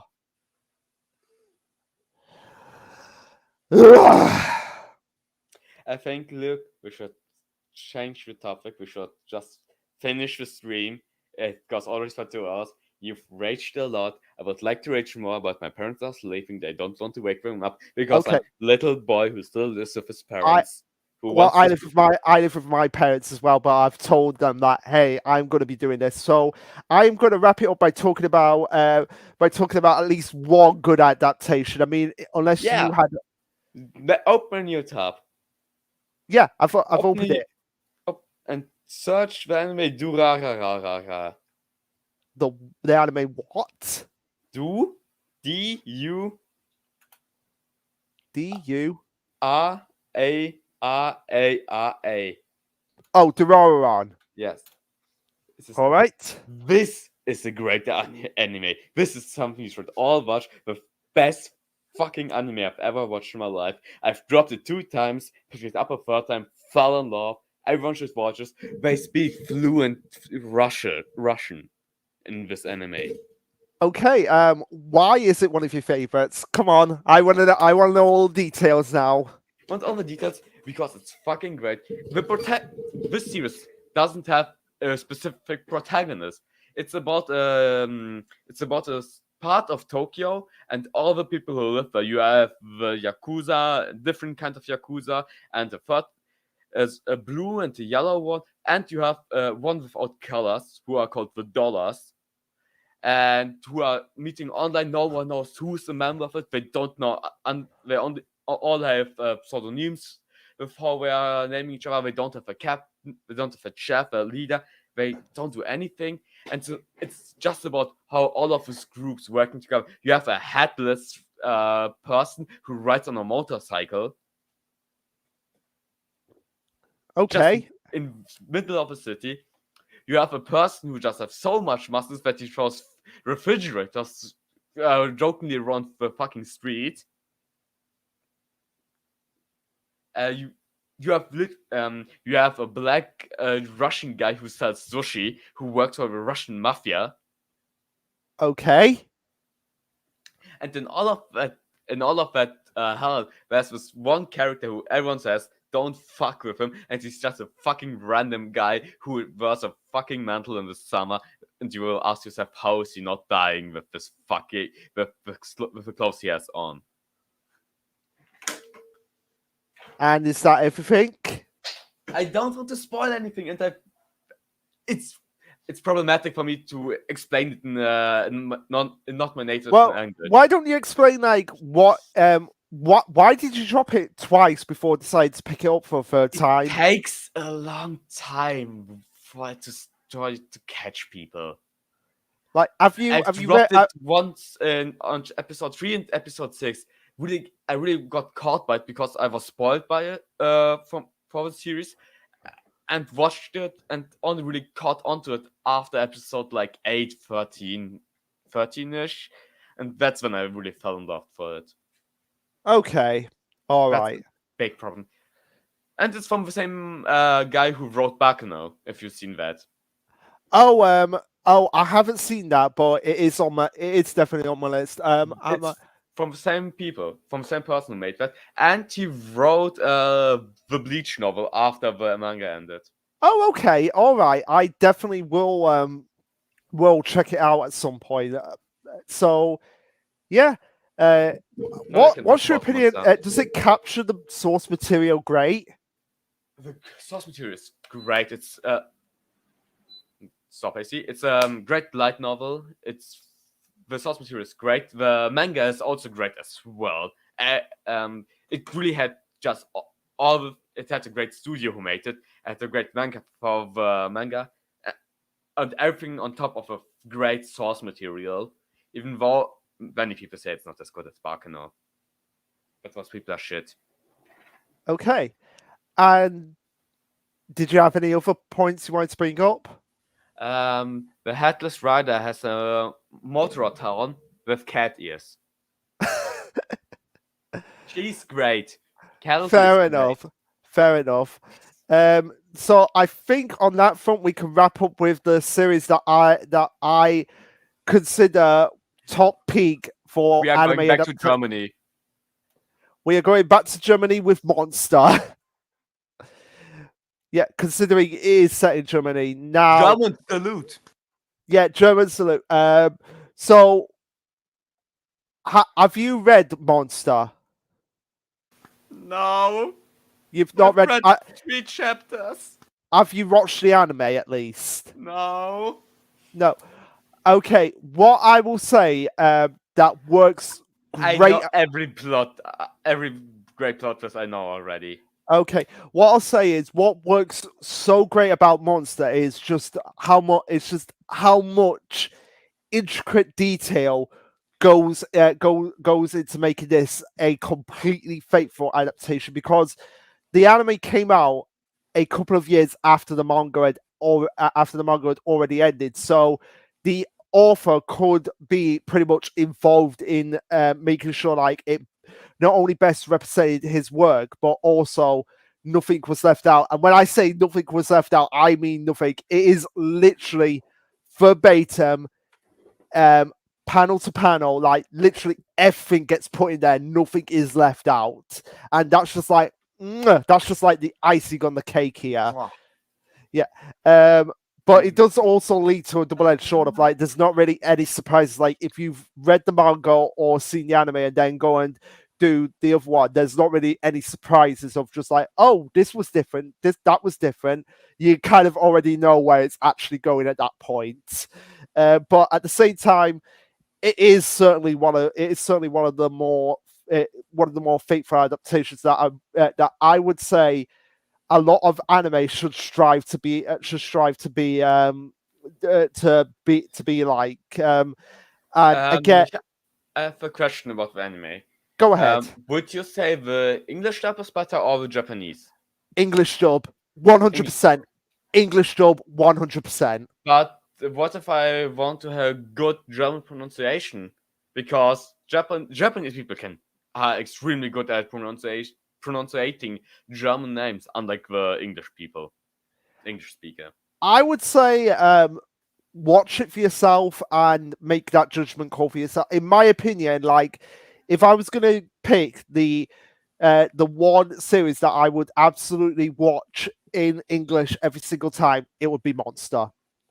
Like, because it's just something about the Japanese that just makes me that's just like I'm not really feeling it. I'm not really feeling this for the characters. I don't know why it. I don't know why it is. It's just an itch that I'm just like. What do we learn from it? Watch it in German because it plays in Germany. Every person talks German. I'm just gonna. I think the main reason why I prefer it in English over the Japanese is because the series is long. It's like 74 episodes long, and it's not really like an action-oriented series.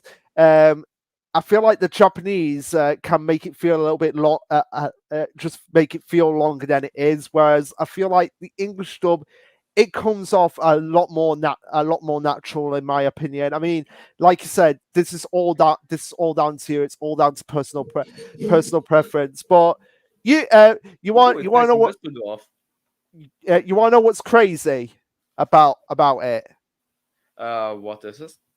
Like, you've seen Bleach, haven't you? I did. Yeah. The guy who plays Coyote Stark in Bleach is the same guy that plays Johan in Monster in the dub. Nice. I don't know how Stark sounds in the dub. In the English dub, that is. Well, here's the thing: his voice is very different from the two characters. Like, I was shocked. I was generally surprised when it. That's something most voice actors can do. You need to be able to switch 180. I can't sound like this. Yeah, and we also have another Bleach actor from there. The guy who played Songetsu in Old Man Songetsu in Bleach is the same. It's the same actor for one of the main characters in Monster. Oh. Yeah. I'm honest, I want to watch the English dub just to see how they butcher the German pronunciations. Okay, you can you could do that if you really want, if you really feel like it's gonna do that. It was animated by Madhouse? It was animated by Madhouse.